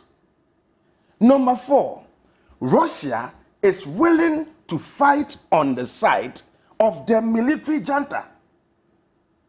Number six, Americans and France, they are willing to fight against the military junta. You see what I'm talking about? So you see that, well, the superpowers taking sides in this. Burkina Faso has clearly indicated that an attack, a military attack on Niger will be interpreted as a military attack on them. Nigeria, that would have contributed most of our troops, has gone to parliament, and their parliament is saying that they do not want any military troops to be deployed. And so that is going to mean that it is going to affect the number of troops that can be deployed there. So look at all these things. If we don't take care, And if you don't resort to diplomacy, we are going to be caught in a crossfire. And people's fathers, people's husbands, people's uncles are going to be murdered. Because you see, our strengths would pale in comparison with the strength of, if you like, Russia. Okay. Yes, Americans and France, they will come in to also fight. But the point is that if you don't take care, we will make ourselves a prey to attacks. Okay. And so I'm saying that we don't like coups. And in this particular situation, I think that you need competent and professional diplomats to lead the charge of diplomacy, so that a competent and qualified diplomat knows that, look, it is not easy under this particular circumstance. You go and then they shut the door at you. You go, they shut the door at you. A competent diplomats know what to do to surmount this kind of situation. You don't come publicly to say that, well, we are going to continue, but we will not continue in perpetuity. There are certain things you don't even say them. You keep it to yourself. But the moment you begin to talk about some of these things publicly, you infuriate those people you are going to be dialoguing with. And so it makes them overly intransigent. I'm aware that, you see, many African leaders who have not governed well are the ones who are touting the need for them to quickly send troops, send troops as a way of preventing the idea of coups from festering. Because people fear that if it happens there, it may happen here. I'm telling them that the antidote to coups is not about sending military troops to other countries. The antidote to coups is about good governance. Govern well, and you have nothing to fear.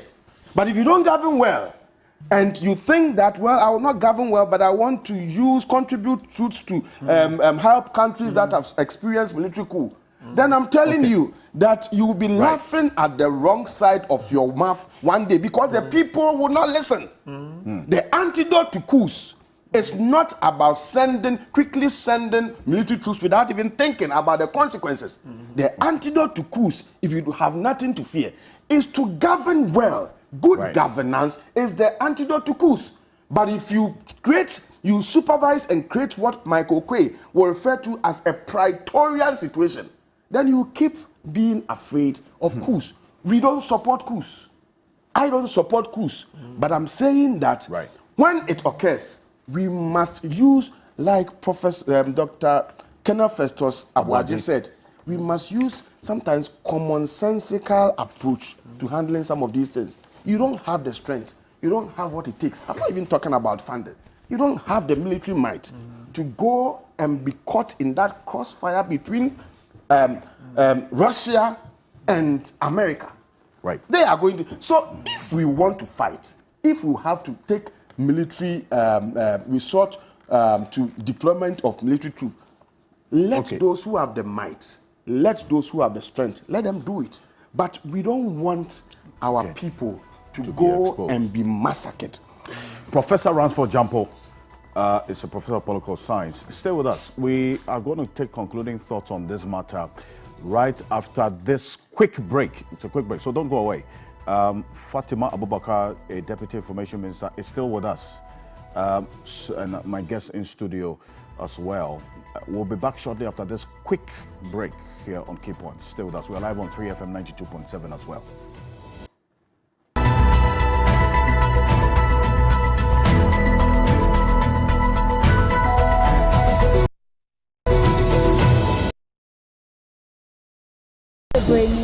And I'm Mantibi, and in my baby, and in my baby. Almost so baby came one. Almost so bad way on your bar or set or bow for. We're going to scrutinize every bachelor that comes on this show. Your money is our money, my money is my money. Did you get it? Yes.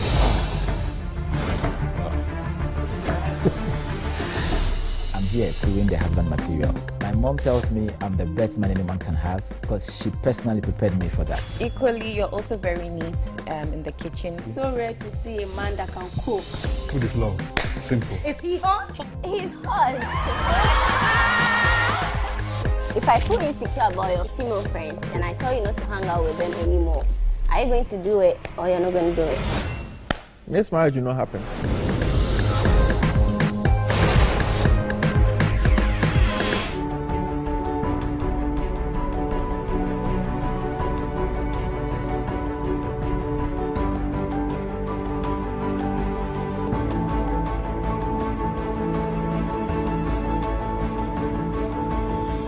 Feel adrift as you transition into a new stage of your life. The future seems like a blank space until you discover the passion within. The canvas of the future is yours to paint. Welcome to a world of opportunities. Heritage Christian College, offering world-class university education, training compassionate entrepreneurial leaders.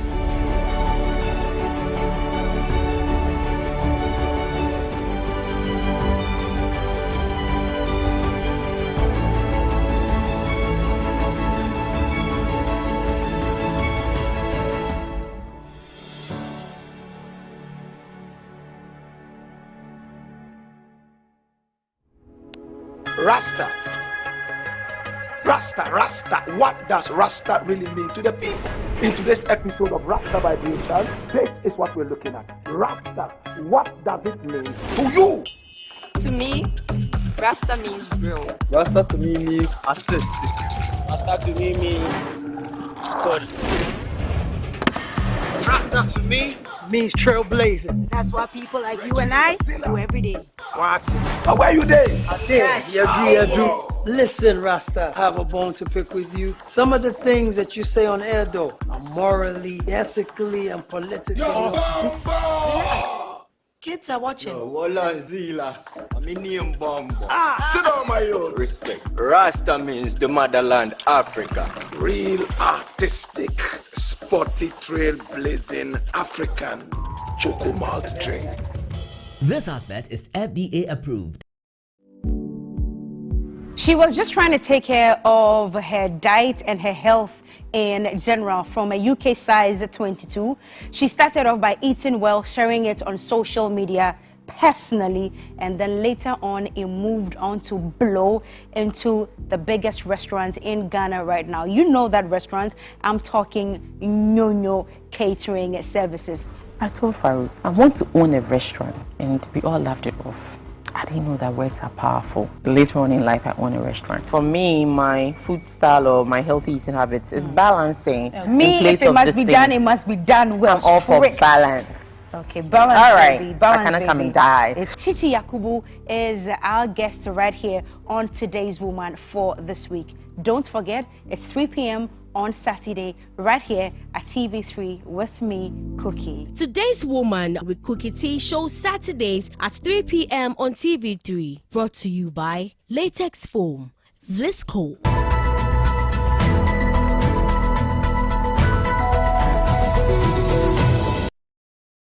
Welcome back. This is Key Point here on TV3. We're live on 3FM 92.7, also live on TV3 Ghana on Facebook, DSTV channel 279, all across the world on 3news.com here on Key Point. Talk about the key issues that are of concern to you, the Ghanaian people. And together with the guests, we go straight to the point in the interest of the nation.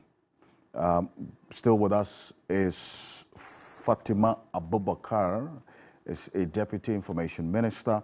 Martin Pebo is with us in studio, James Agaga, and Professor Ransford Jampo. You also had the ECOWAS Commissioner for Political Affairs, Peace and Security, Ambassador Abdel Fattah Musa, joining us at a point in the conversation. But Mr. James Agaga, that point about the United Nations, as it were, approval or notifying the UN about whatever decision ECOWAS will take. The Ambassador Abdel Fattah Musa said they don't necessarily have to do so. Is that consistent with the position of the law? Look, I think the UN Charter is very clear. It's very clear. in the event that force must be applied legally, the only body mandated to give authorization is the UN Security Council. Anything short of that would amount to a violation of international law. That is the position right now under international law. You see, in my preliminary remarks, I made the point that the arrangement whereby regional bodies such as ECOWAS is allowed, in what manner?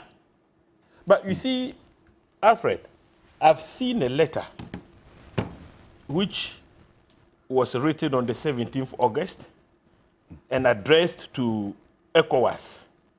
I don't know whether Dr. Abdul Fattah has seen that letter. This is coming from the UN. And the UN, according to this letter, is warning of the impact of the sweeping nature of the sanctions that ECOWAS has so far slapped on Niger. On the humanitarian Those sanctions have so created a humanitarian crisis in Niger. Prior to the imposition of ECOWAS sanctions, we didn't have a humanitarian situation in Niger, even in the aftermath of the coup. Now, if economic sanctions can inflict so much pain and create a humanitarian catastrophe in Niger, come to think about the repercussions of war. If you send in boots, and Prof has given us a vivid account of what is happening on the ground, in contradistinction to what happened in Gambia. You have Russians, you know, getting involved. France. The Americans are there. France is there. Look, if care is not taken, Niger would become another Ukraine for us. It's going to be a disastrous war which would pitch African armies against themselves. Is that what we want? No. Africans should march in there and kill fellow Africans? No. Is that what we want? No. You want the Hausas from northern Nigeria to descend on their brothers in Niamey? That is going to be a disaster for us. So, you see, in as much as we don't support coups, I don't support a coup either. Why? I'm an MP. If there is a coup in this country today, we would be amongst the first to be asked to report to the nearest police station. In our own interest. So you know what that means. But we must speak to truth. In 2001, when the ECOWAS was about... Yes, I'm winding up. To adapt a protocol on good governance. Arguments had been made, proposals for term limits to be adapted as part of that protocol. What did the leaders of ECOWAS at the time do? They shut down the proposals for term limits. And that is what allowed people like Alpha Condé, even next door Côte d'Ivoire, to manipulate constitutions and perpetuate their stay in power. So Prof spoke about good governance as the antidote to coups. ECOWAS should become serious in condemning, you know, constitutional manipulations, bad governance, when people are killed for demonstrating. Well, those are political rights guaranteed under so many international conventions, etc. Mr. Gaga, thank you. Fatima, so while we round up, see, whatever decision that you as a government you're taking for and on behalf of the people must ultimately reflect the ultimate and the supreme interest of the Ghanaian people.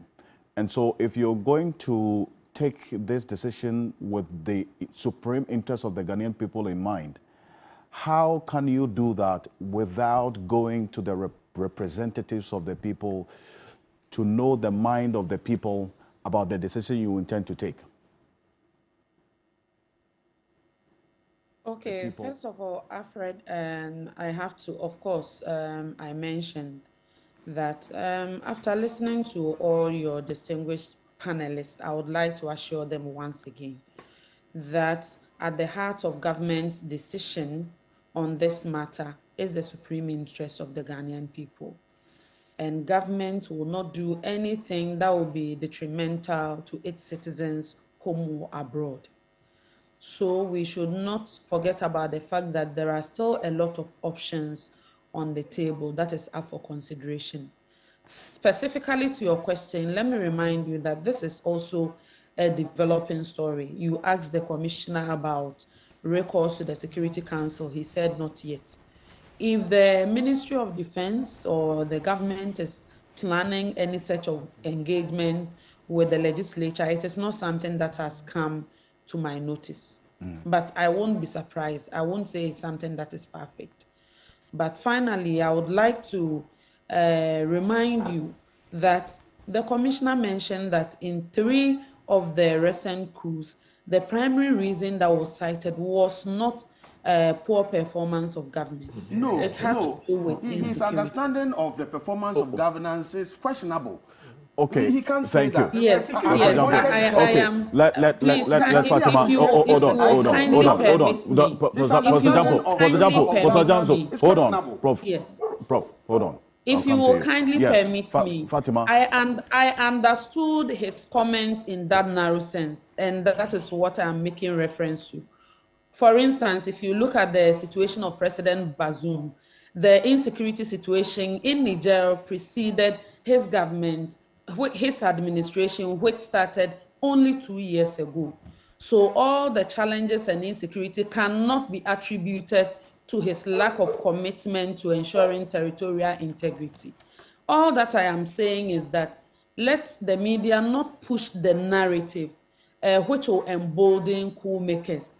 That I'm saying being dissatisfied with the performance of any government is okay.